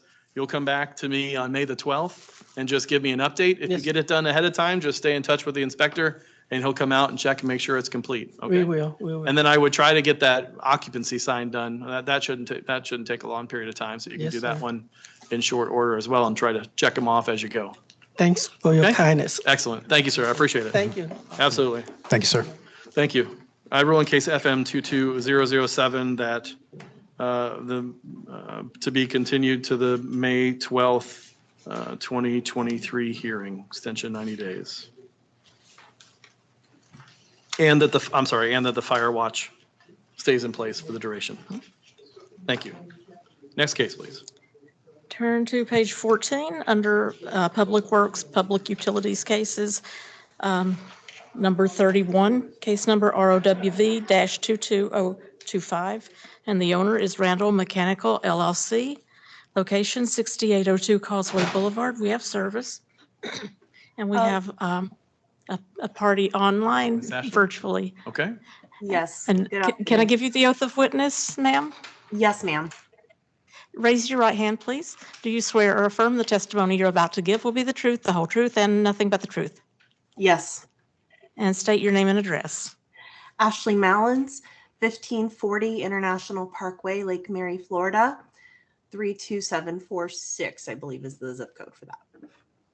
And your relation to the case for the record. Yes, I apologize. I'm sick, and I apologize if you have trouble understanding me. Just let me know, and I'll repeat myself. I am the attorney for Randall Mechanical. Thank you, Counselor. All right.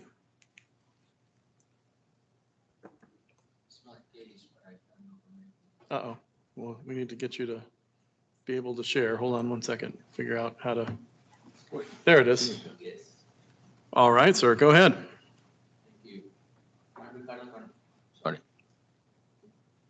I'm Ricardo Carnero, Capital Program, Public Work.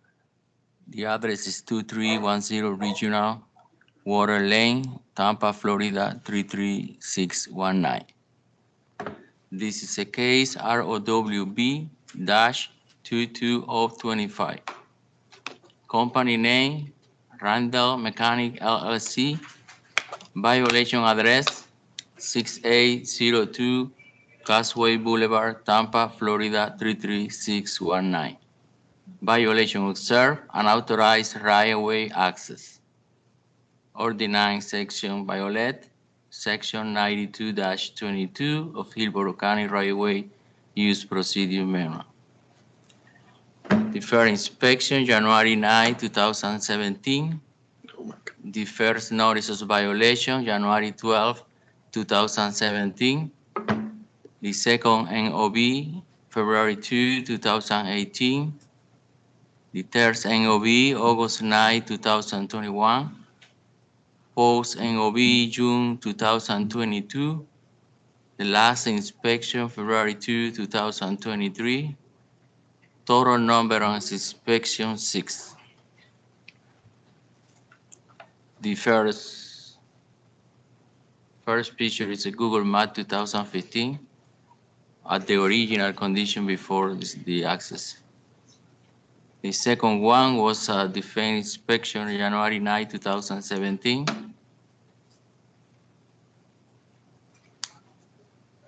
Other inspection July 26, 2021.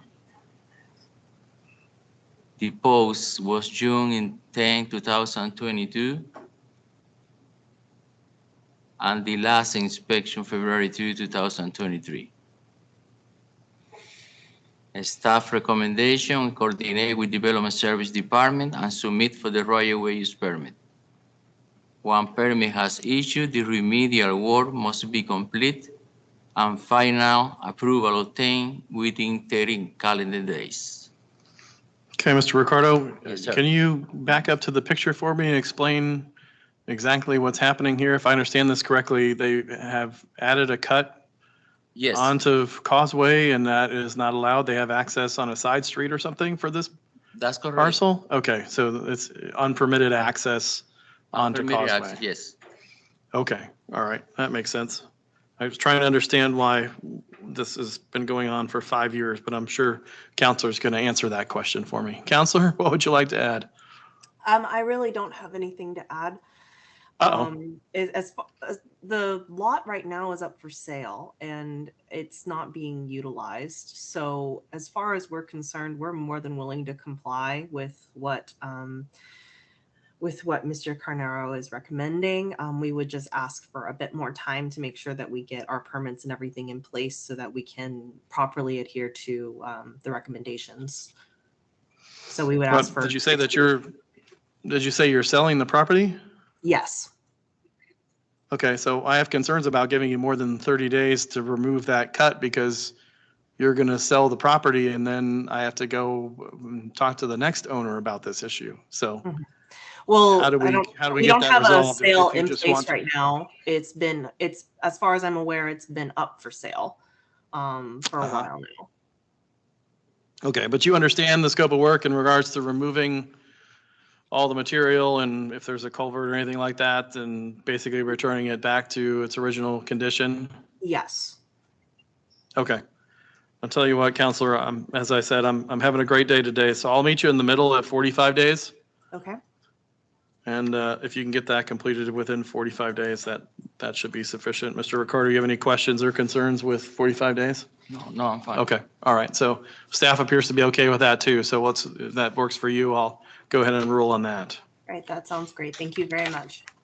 Awesome. Thank you, Counselor. Have a fantastic weekend. You too.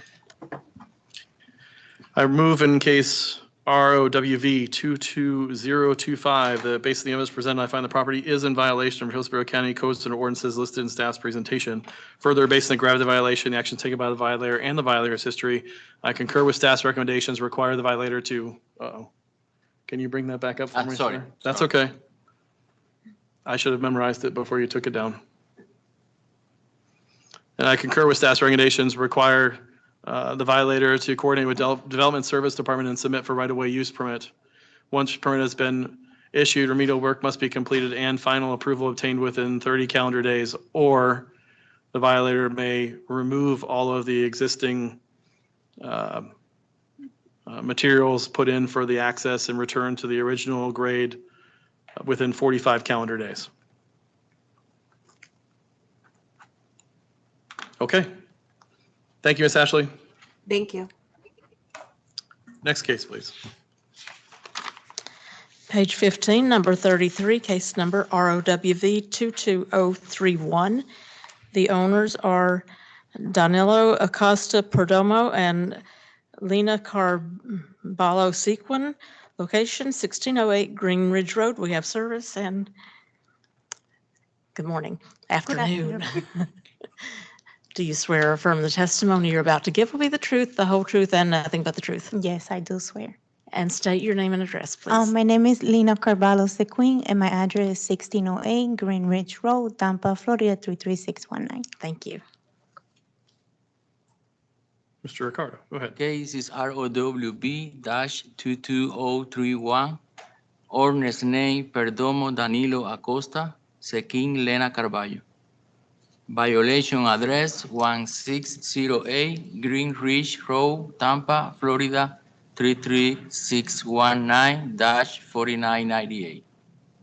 Violation observed.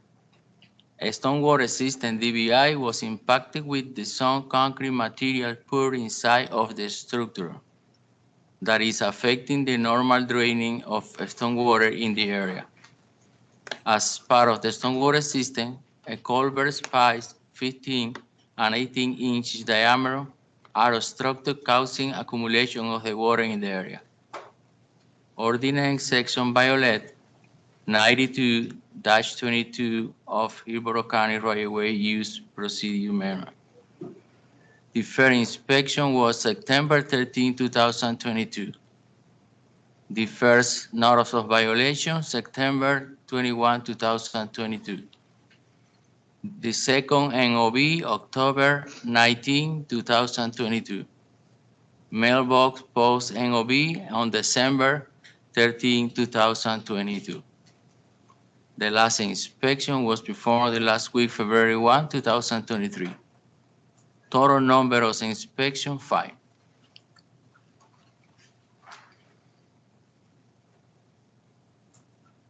The first picture is the Google map, February 2022, before the second access to the property. This is the first data inspection, September 13, 2022. The second access was complete on the right-of-way permit. And you see the water accumulating in the area. The same day, the water, holding water inside of the DBI. This is the other side, the same day. A stormwater team inspect the area because received several complaints, and they verified that the DBI structure was full of concrete material, and they inspect the pipe. And they have the records, the inspection before and after the driveway apron of concrete was on the property. So this was the inspection on December 13, 2022, when one post the NOV on the property. This is the last inspection in front of the DBI, February 1, 2023, still holding water. A staff recommendation, coordinate with Development Service Department and submit for the right-of-way use permit. Once permit has issued, the remedial work must be complete and final approval obtained within 30 calendar days. So if I understand this correctly, they applied for a permit to add a second cut for their parcel. They poured the concrete access, and somehow some of the concrete premix got into the water system through that inlet and is now hardened and is now reducing the capacity of the storm drain? That's correct. Okay. That's what happened there. Okay. And then we're asking them to submit for a right-of-way use permit, even though they already had one. Was that one closed out? They have to do another permit just to clean out the storm That's correct. debris? And they have to, once the permit's issued, they have 30 days to complete that work. Correct, in 30 days, yes. Okay. Ms. Lena, what would you like to add? Okay, Your Honor, okay, so this is what happened. We bought the house in 2019, and I have pictures that not only that one, like all of the three, I'm sorry, I don't speak good English, so I'm You're trying doing my a best. fantastic Okay, job. so all of the three things that the water goes inside, like that one, we have one next to my driveway, we have one in front, and we have one other one in here. And then they've been like that since my mom and my dad bought the house in 2003. And then I asked all my neighbors if they can write me a letter, saying that, and they said that yes, that they don't have a problem. So if you can see the picture, the first one, I have a green carpet, and I was told that the green carpet has to be removed. And I wrote the Hillsborough County, Florida, I wrote them saying that it will be removed, but the reason why I put it in there is because that thing, when it rains, everything gets stuck. So, the mold, it will go inside my driveway. And I bought, I put the parrot, and it was really expensive. And I didn't want my parrots to get dirty. And I talked to Reniel Quintana. He's from the Hillsborough County, Florida.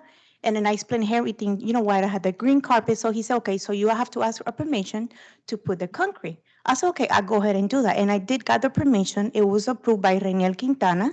I paid like $200, $100, and then $100 because I have two driveways now. And then he said, okay, perfect. So I started getting like letters that I have a violation, because the water, I wrote them because the water, it will stop. And I didn't want the concrete to get dirty because, I'm paying money for that. And then not only me, like all my neighbors that have put concrete before I did. And that's why I have picture of all the three, holes they have stuck with water since September. And then, so they, they blame me on me, which I understand, but it was not only me putting concrete.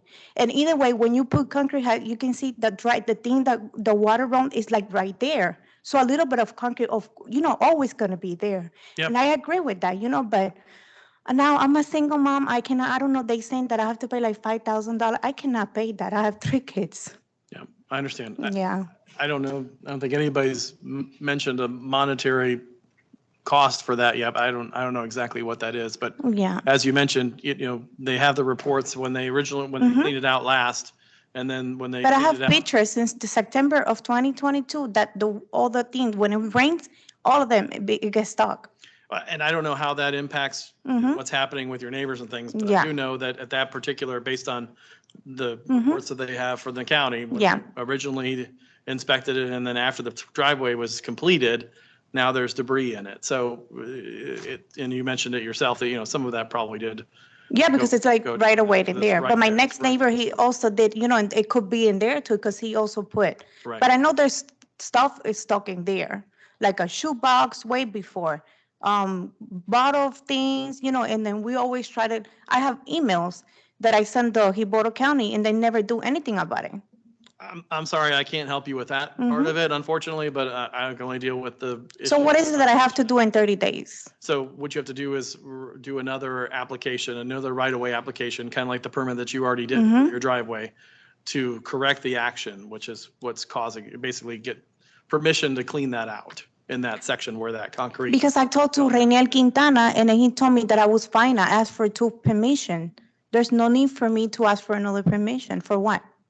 To clean it out, like to get To- out the concrete that's in there as a result of your modification. Okay, so I just have to ask for permission so they can come and clean the concrete? Seems totally silly, which is why I asked him why he had to go through, you had to go through another permit just to go and clean it out, but apparently that's the process. So you have to contact the county, go through and get a right-of-way permit. And actually, all you're doing is cleaning out the material that has caused That the is issue cost. or And basically. who has to clean that, me or the city? You would have to, you're responsible because your concrete is what went down the hole. So I have permission like to open the thing if the county gives me I permission? think you would hire somebody to do that. I don't think they want Oh. you in there cleaning it out. I don't know exactly how that works, but you can stay in touch with Mr. Ricardo through the process and he can That's be in him. touch with. Okay. And he'll give you his Okay. contact information, I'm sure, to make sure that Mhm. you're properly guided as to how this process moves forward, because I said the same thing. I just go in there and clean it out, but apparently that's not. That's what I'm They saying, don't, like, they don't let you, and do it's, it, so you I did mean- not hear that from me. I can't yeah, instruct I you. know, of course, I understand that. Just for the record, so. But that's how that process works. So you have to just stay in touch with them, go through the permit process to get that. Okay. To get And that. another thing, like, do I call him directly or? I think that's the easiest way, and that's. Because the pretty much- person who was taking care of the case, it was Reniel Quintana, which maybe you know him. Yes, yes. And then he can tell you that was way before, because Reniel even told me, he was like, Lena, I have no idea why they blaming you on that, because when we first started everything, you explained it to me, that's why you put the green carpet, because there was water stuck in there. Right. So I don't know what happened. I understand, and I know you're trying to do the right thing, and I understand. Yeah, and I don't want no problem, I'm trying to sell the house too, Yep, so. Yep. Oh, everybody's selling. Nice. Okay. Well, I'll give you some extra time to get that done. Yes, I mean, please. it's I mean, not a can I life get like safety 60 days issue, so I but can talk to Danilo can and you then we can pull your do it? recommendations back up for me? And I think that, once you get your permit, I think he had 30 days in his, but I'll do 60 days. Okay, That's not a thank problem. you. That gives you Thank some you, more Honor. time to figure out who needs to Yeah, do it, I'm gonna how call. it needs to get done. Yeah, and then to get in contact with you, I will call Reniel and he'll give me your. Yes, please. Okay, contact I will me do that. I will to talk to get- Reniel. Get the new permit. Yeah, that's fine. Thank you. That makes sense? And he agrees with 60 day or you, I agree with 60 okay, days. thank you, Your Honor. That works. Okay. Okay? Okay. All right, so I appreciate you coming down and explaining it Thank to you. me, and we'll Yes. give you some extra time to get that Yes. done, and hopefully that once it's taken care of, then you Okay. won't have No, any no, more I extra don't. issues there. No. Absolutely. Thank you. You guys have a good weekend, okay? Thank you. You too, ma'am. Thank you very much. I appreciate it. I rule in case ROWV 22031 that based on the evidence presented, I find the property is in violation of Hillsborough County codes or ordinances listed in staff's presentation. Further, based on the gravity of the violation, the action taken by the violator and the violator's history, concur with staff's recommendations, require the violator to coordinate with Development Service Department and submit for the right-of-way use permit. Once permit has been issued, the remedial work must be completed and final approval obtained within 60 calendar days. Failure to meet any of the timelines listed above will result in a daily fine of $100 per calendar day.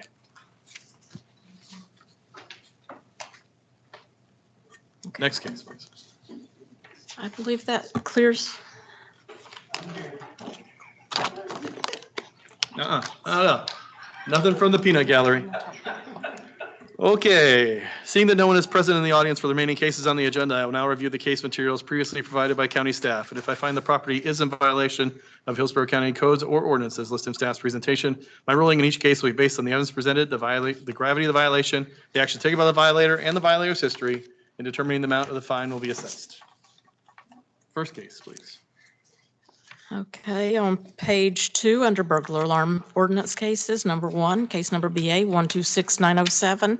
This case complied December 27, 2022. Number 2, case number BA 2296, complied December 28, 2022. Page 3, number 3, case number BA 129957. The owner is Sunset View Limited, and the violator is Richmond Hunt Club. Location 9501 Lazy Lane. We have service, and no one is present. Good afternoon, Ms. Burney. Good afternoon. Tina Berner, Hillsborough County Compliance, Communities, and Conservation. This case complied February 8th. Fantastic. Next case, please. February 8th. Next case is number 4, case number BA 117398B. The owner is Michelle A. Williams, 13924 Snowy Plover Lane. We have service, and no one is present. Case BA 117398B, data false alarm 5821, 7321, 102921, 31722, 32922, amount due $500, no additional outstanding violations. Was that 127263? 117398. B. B. Thank you. No additional outstanding? No. Okay.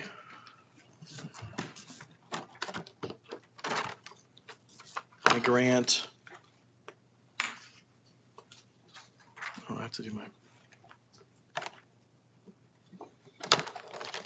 Rule in case BA 117398B that based on the evidence presented, the violator has failed to pay the false alarm penalty fine imposed by County Ordinance 04-16. I grant the violator 30 days to pay the fine imposed. Order of payment is not made by that date. A fine of $30 per calendar day be assessed.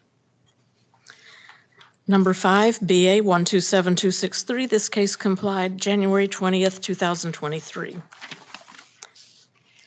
Page 4, number 6, case number BA 130161, complied January 4th, 2023.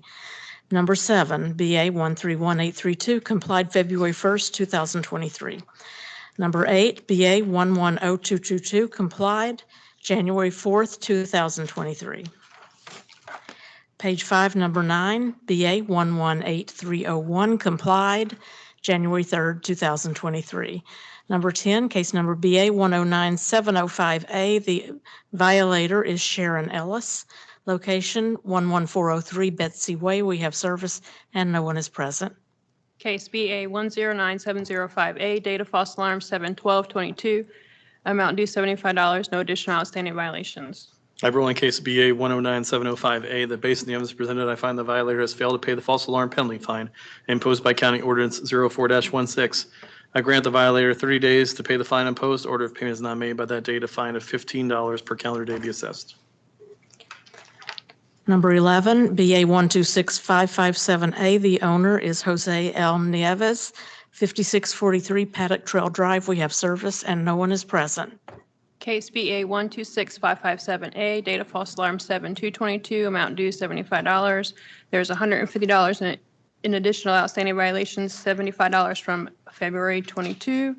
That's already been to a hearing, and $75 from December of 22. I rule in case BA 126557A that based on the evidence presented, the violator has failed to pay the false alarm penalty fine imposed by County Ordinance 04-16. I grant the violator 21 days to come into compliance to pay the fine imposed. Order if that payment is not made by that date, a fine of $25 per calendar day be assessed. Page 6, number 12, BA 127759. This case complied February 2nd, 2023. Number 13, BA 130145. This case complied December 28, 2022. Number 14, case number BA 131861. The owner is Green Palm Flats Owner LLC, and the violator is Joyce Jackson. Location 1808 University Woods Place. We have service and no one is present. Case BA 131861, data false alarm 6/18/22, amount due $75, no additional outstanding violations. A ruling case BA 131861 that based on the evidence presented, the violator has failed to pay the false alarm penalty fine imposed by County Ordinance 04-16. I grant the violator 30 days to come to pay. My goodness. Why don't you just start over? A ruling case BA 131861 that based on the evidence presented, a violator has failed to pay the false alarm penalty fine imposed by County Ordinance 04-16. I grant the violator 30 days to pay the fine imposed in order if payment is not made by that date, a fine of $15 per calendar day be assessed.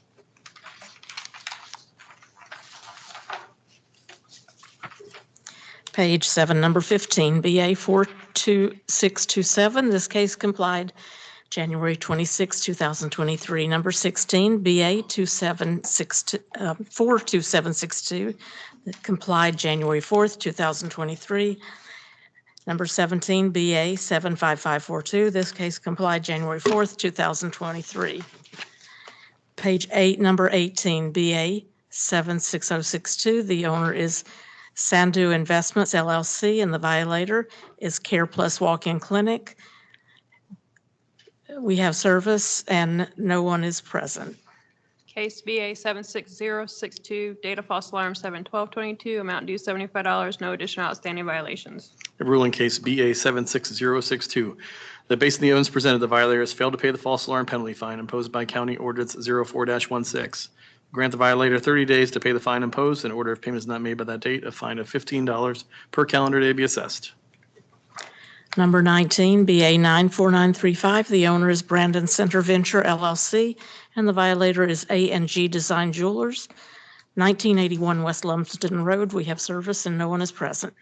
Case BA 94935, data false alarm 6/8/22, amount due $75, no additional outstanding violations. A ruling case BA 94935 that based on the evidence presented, the violator has failed to pay the false alarm penalty fine imposed by County Ordinance 04-16.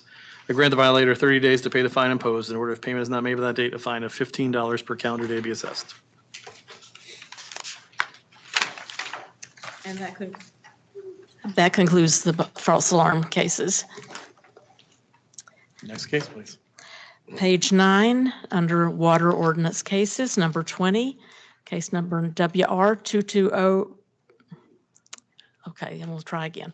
WR2202330. The owner is Cedric L. West and Sophia L. West, 14235 Allister Manor Drive. We have service and no one is present.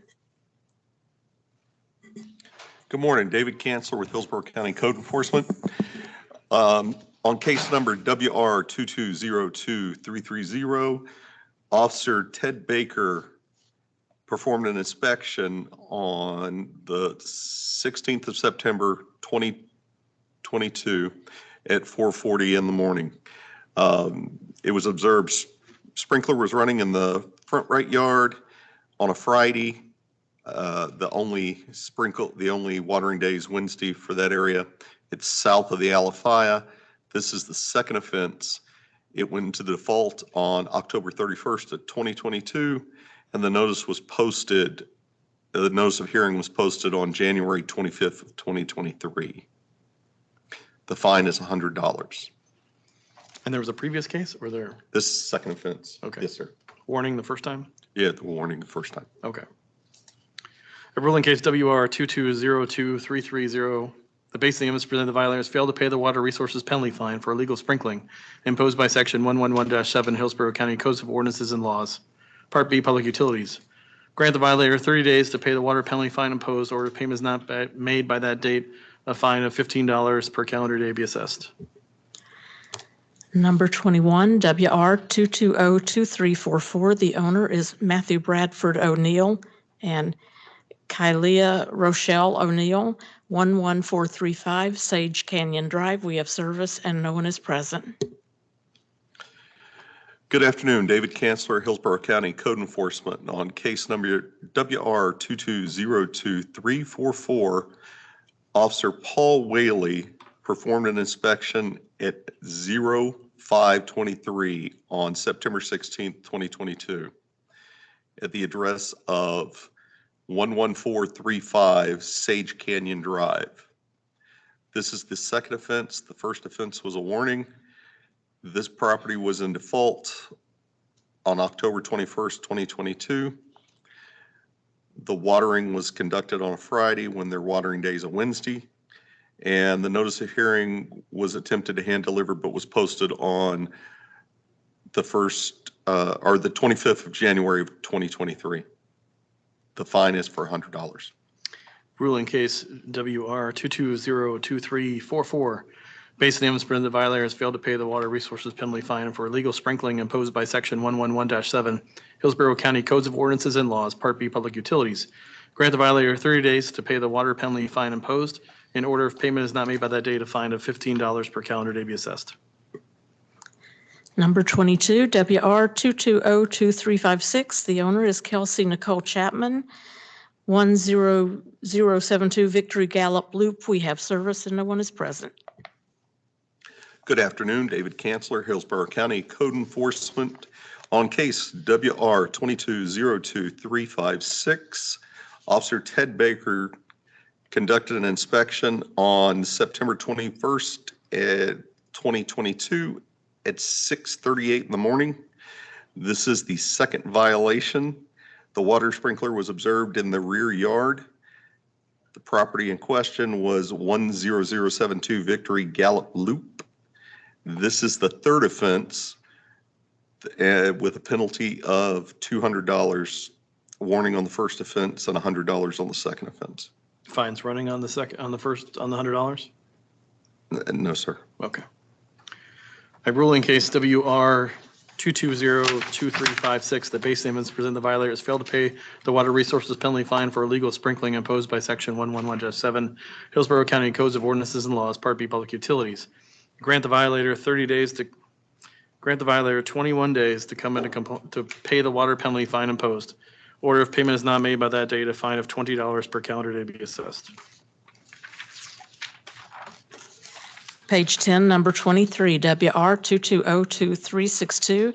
The owner is Tylando D. Tobias and Tony B. Tobias, 13904 Snowy Plover Lane. We have service and no one is present. Good afternoon, David Kanzler, Hillsborough County Code Enforcement. Case number WR 2202362. Officer Ted Baker did an inspection on September 21st, 2022 at 07:29 in the morning. It's outside of the normal watering hours. It went into default on October 31st of 2022. A notice was posted on January 25th of 2023. This is the second offense. First offense was a warning. A ruling case WR 2202362, the base of the evidence presented, violator has failed to pay the water resources penalty fine for illegal sprinkling imposed by section 111-7 Hillsborough County Codes of Ordinances and Laws, Part B, Public Utilities. I grant the violator 30 days to pay the water penalty fine imposed, or if payment is not made by that date, a fine of $15 per calendar day be assessed. Number 24, WR 2202439. The owner is Terrence Alshon Fleming and Joanna Faye Lene Fleming, 9844 Ivory Drive. We have service and no one is present. Officer David Kanzler, Hillsborough County Code Enforcement, case number WR 2202439. Officer Ted Baker conducted an inspection on October the 7th, 2022 at 05:36. He found the sprinklers running in the backyard.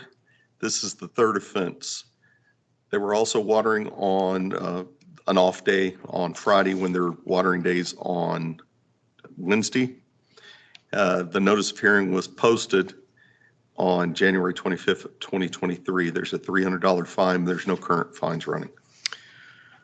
I rule in case WR 2202439, that based on the evidence presented, the violator has failed to pay the water resources penalty fine for illegal sprinkling imposed by section 111-7 Hillsborough County Codes of Ordinances and Laws, Part B, Public Utilities.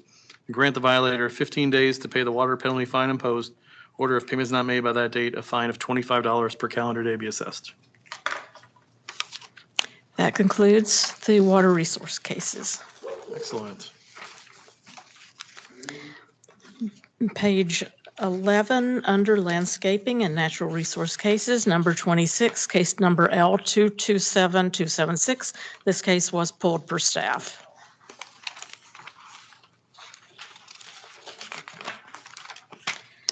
Page 14, number 30, case number ROWV 22015. The owners are the Suzette Troche Life Estate, Evelyn Marie H. Troche and Daniel H. Troche. Location 11805 Larkstone Loop. We have service and no one is present.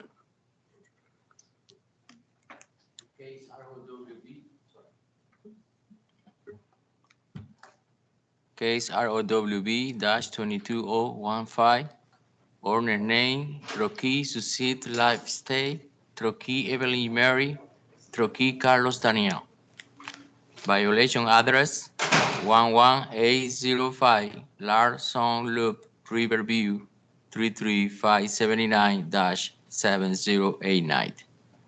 Violation observed, unauthorized extending driveway improvement within the county right-of-way.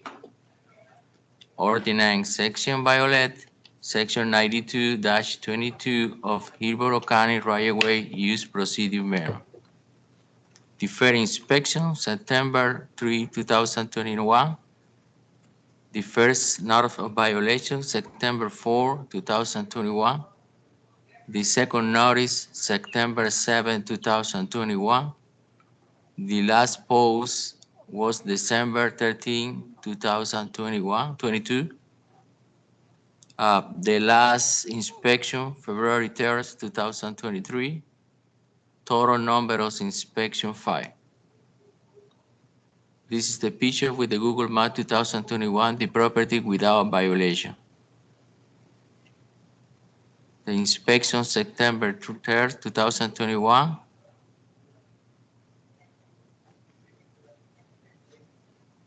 The date that was posted December 13, 2022.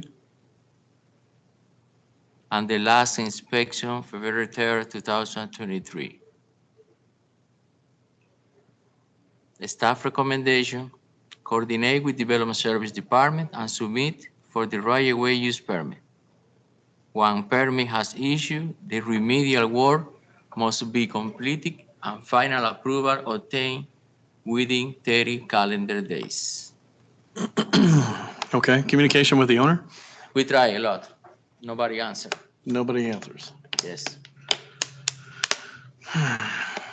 Okay, my concern here is that there's no timeline for them to submit the right-of-way use permit. So as part of my motion, I'm going to require that they submit for a permit within 30 days. And then once permit is issued, they have 30 days to complete it, because I want to make sure that they're on the clock for submittal. Otherwise, there's no accountability. And since we haven't been able to contact the owner and they didn't appear, I want to make sure that we have a timeline for both phases.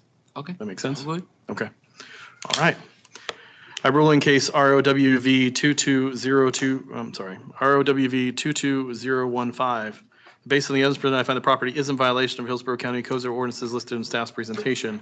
Further, based on the gravity of the violation, the actions taken by the violator and the violator's history, concur with staff's recommendations, require the violator to coordinate with Development Service Department and submit for the right-of-way use permit within 30 calendar days. Once the permit has been issued, the remedial work must be completed and the final approval obtained within 30 calendar days. Failure to meet either of these timelines listed above result in a daily fine of $200 per calendar day. For clarification, the 30 days on the second part is 30 days from the permit approval, is that correct? Yes, Okay, from permit thank you. approval. 30 days to submit for permit, and then once permit has been issued, 30 days to complete the work. Thank you. Page 15, number 32, ROWV 22030.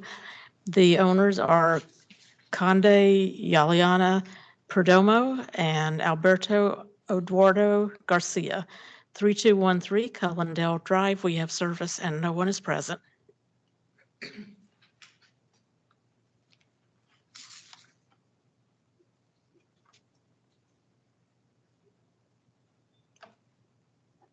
Okay, sorry. Wrong one. Getting closer. Okay, good, good. Case ROWB-220330. Owner name, Yaliana I. Perdomo Conde and Alberto Eduardo Garcia. Violation address, 3213 Collindale Drive, Tampa, Florida, 33618. Violation observed, unpermitted construction of the second driveway without county right-of-way. Ordinance section violate Hillsborough County Section 92-22 of Hillsborough County right-of-way use procedure manual. Defer inspection, October 10, 2022. The first notice of violation, October 13, 2022.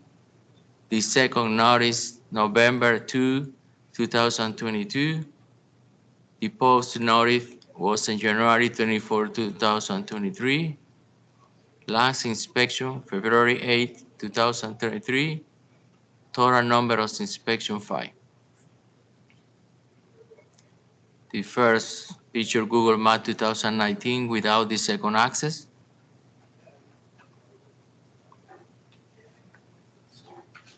The next inspection, October 10, 2022. The same day, indicated the problem with the sidewalk connection with the paver. So January 24, 2023, we post the violation on the mailbox. The last inspection, February 8, 2023. I'm sorry, I'm missing the violation. What is the violation? Can you back up? The violation is the second access, the paver access. That was without permit and also on the wrong location. Can you go back to the picture that shows that? This is just the showing you posted, right? You say what is exactly the photo? I'm trying to understand. So they added driveway? Yes. Can you go back to the first picture? Because I didn't see that Yes. happen magically because the orientation changed, so. No, it's okay. This is the driveway, original driveway from the property. The property is the one on the left? Yes, this is the main one. Okay. And they add the other one here in front of the gate, close to the property line to the next door neighbor. Okay, where's that picture? It's a picture of the side. This is the picture on the front. Where's the picture showing the driveway that was added? Ah, This one. okay. And this is the other driveway exactly on the location of the property. So they add the second access connecting exactly on the property line of the next door. Right. Okay. So this is it. They never asked for permit. This was totally unauthorized. Understand. Okay. All right, go ahead and continue. Thank you. Your- I missed that one. Yes, and a staff recommendation is coordinate with Development Service Department and submit for the right-of-way use permit. One permit has issued, the remedial work must be completed and final approval obtained within 45 calendar days. So the staff's recommendation for issuing the remedial work is not to approve the secondary driveway, but for them to remove it? Yes, So they don't have an option to permit it and keep it. They have to permit and remove. correct. Okay, So the apron is not in the correct position. It's Understand. affecting the next door neighbor. understand. But there's no way that there's an option for them to keep it, is what I'm getting at. No. Okay, that's fine. I just want to make sure I understood the request. We try to contact the right person in this case because the property is rent. So, and nobody answered, nobody tried to communicate with us. For that reason, we never talked with somebody about that. Gotcha. So once permit has been issued, the remedial work must be completed. Return to original condition and final approval within 45 calendar days. Correct. Okay, I just want to add the original condition so that the remedial work is not as confusing as it might be to others. Okay, and I'm going to add the 30-day timeline on the submit for a permit as well, because I want to make sure it's done in a timely fashion. Okay. I rule in case ROWV 22030. Based on the evidence presented, I find the property is in violation of Hillsborough County codes or ordinances listed in staff's presentation. Further, based on the gravity of the violation, the action taken by the violator, and the violator's history, I concur with staff's recommendations. Require the violator to coordinate with Development Service Department and submit for the right-of-way use permit within 30 calendar days. Once permit has been issued, the remedial work and return to original conditions must be completed and final approval obtained within 45 calendar days. Failure to meet any of the deadlines listed above result in a fine of $200 per calendar day. Okay. Next case, please. Page 16, number 34, ROWV 22032. The owner is Thomas W. DeVoe Jr., 8717 Driftwood Drive. We have service and no one is present. ROWB 22032, owner name Thomas DeVoe Jr., violation address A717 Driftwood Drive, Tampa, Florida 33615-4413. Violation observed, break within the county right-of-way. Ordinance section violate, section 92-22 of Hillsborough County right-of-way use procedure manual. The fair inspection was performed January 21, 2022. The first NOV, February 2, 2022. Second NOV, April 6, 2022. Mail post NOV, June 17, 2022. Last inspection, February 1, 2023, and total inspection 5. The first picture is a Google map that is not observe any violation on the property. Can you, before you go to the next picture, can you go back to the first one for me? Can you highlight with your cursor the area that we're talking about here? It's close to the car where it's parking. Okay, So this is exactly the location. okay. All across the front of the property, Yes, it's not, up to the tree? it's not clear, the photo really. Oh, okay, good, So because I'm that's not very mean, clear with the picture, so that Yes, makes yes. sense. I think it's in this position. I'm Okay. sorry. That's It's okay. not on the car. Okay, got it. I'm ready. Next picture, please. Yes. So you can see here the inspection, January 21, 2022. All the brick around close to the concrete curb. This is the other picture the same day, because in this case, the empty lot. This is the day, June 17, 2022, that we post the NOV on the mailbox. This is other inspection, November 2022. And the final inspection, February 2, 2023. The staff recommendation, coordinate with Development Service Department and submit for the right-of-way use permit. When permit has issued, the remedial work must be complete and final approval obtained within 30 calendar days.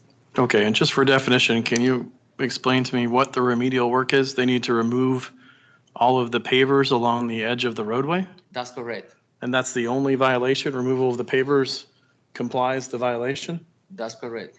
Okay, Normally, with Development Service send the NOV, explain what exactly they need to do. What is Okay. the remedial work? and no communication with the owner? Nobody communicate with the county, yes. Okay, all right.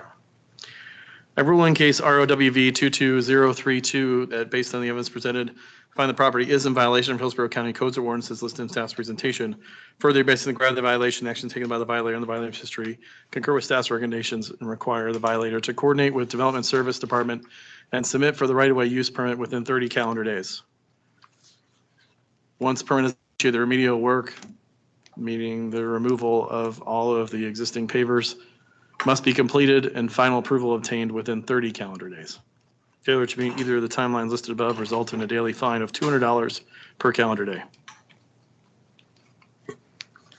Number 35, case number ROWV 22033. This case complied January 31st, 2023. And that concludes the agenda. Thank you, ladies and gentlemen, for attending the hearing this afternoon. If you're online, appreciate your time. Have a fantastic weekend. This meeting is adjourned.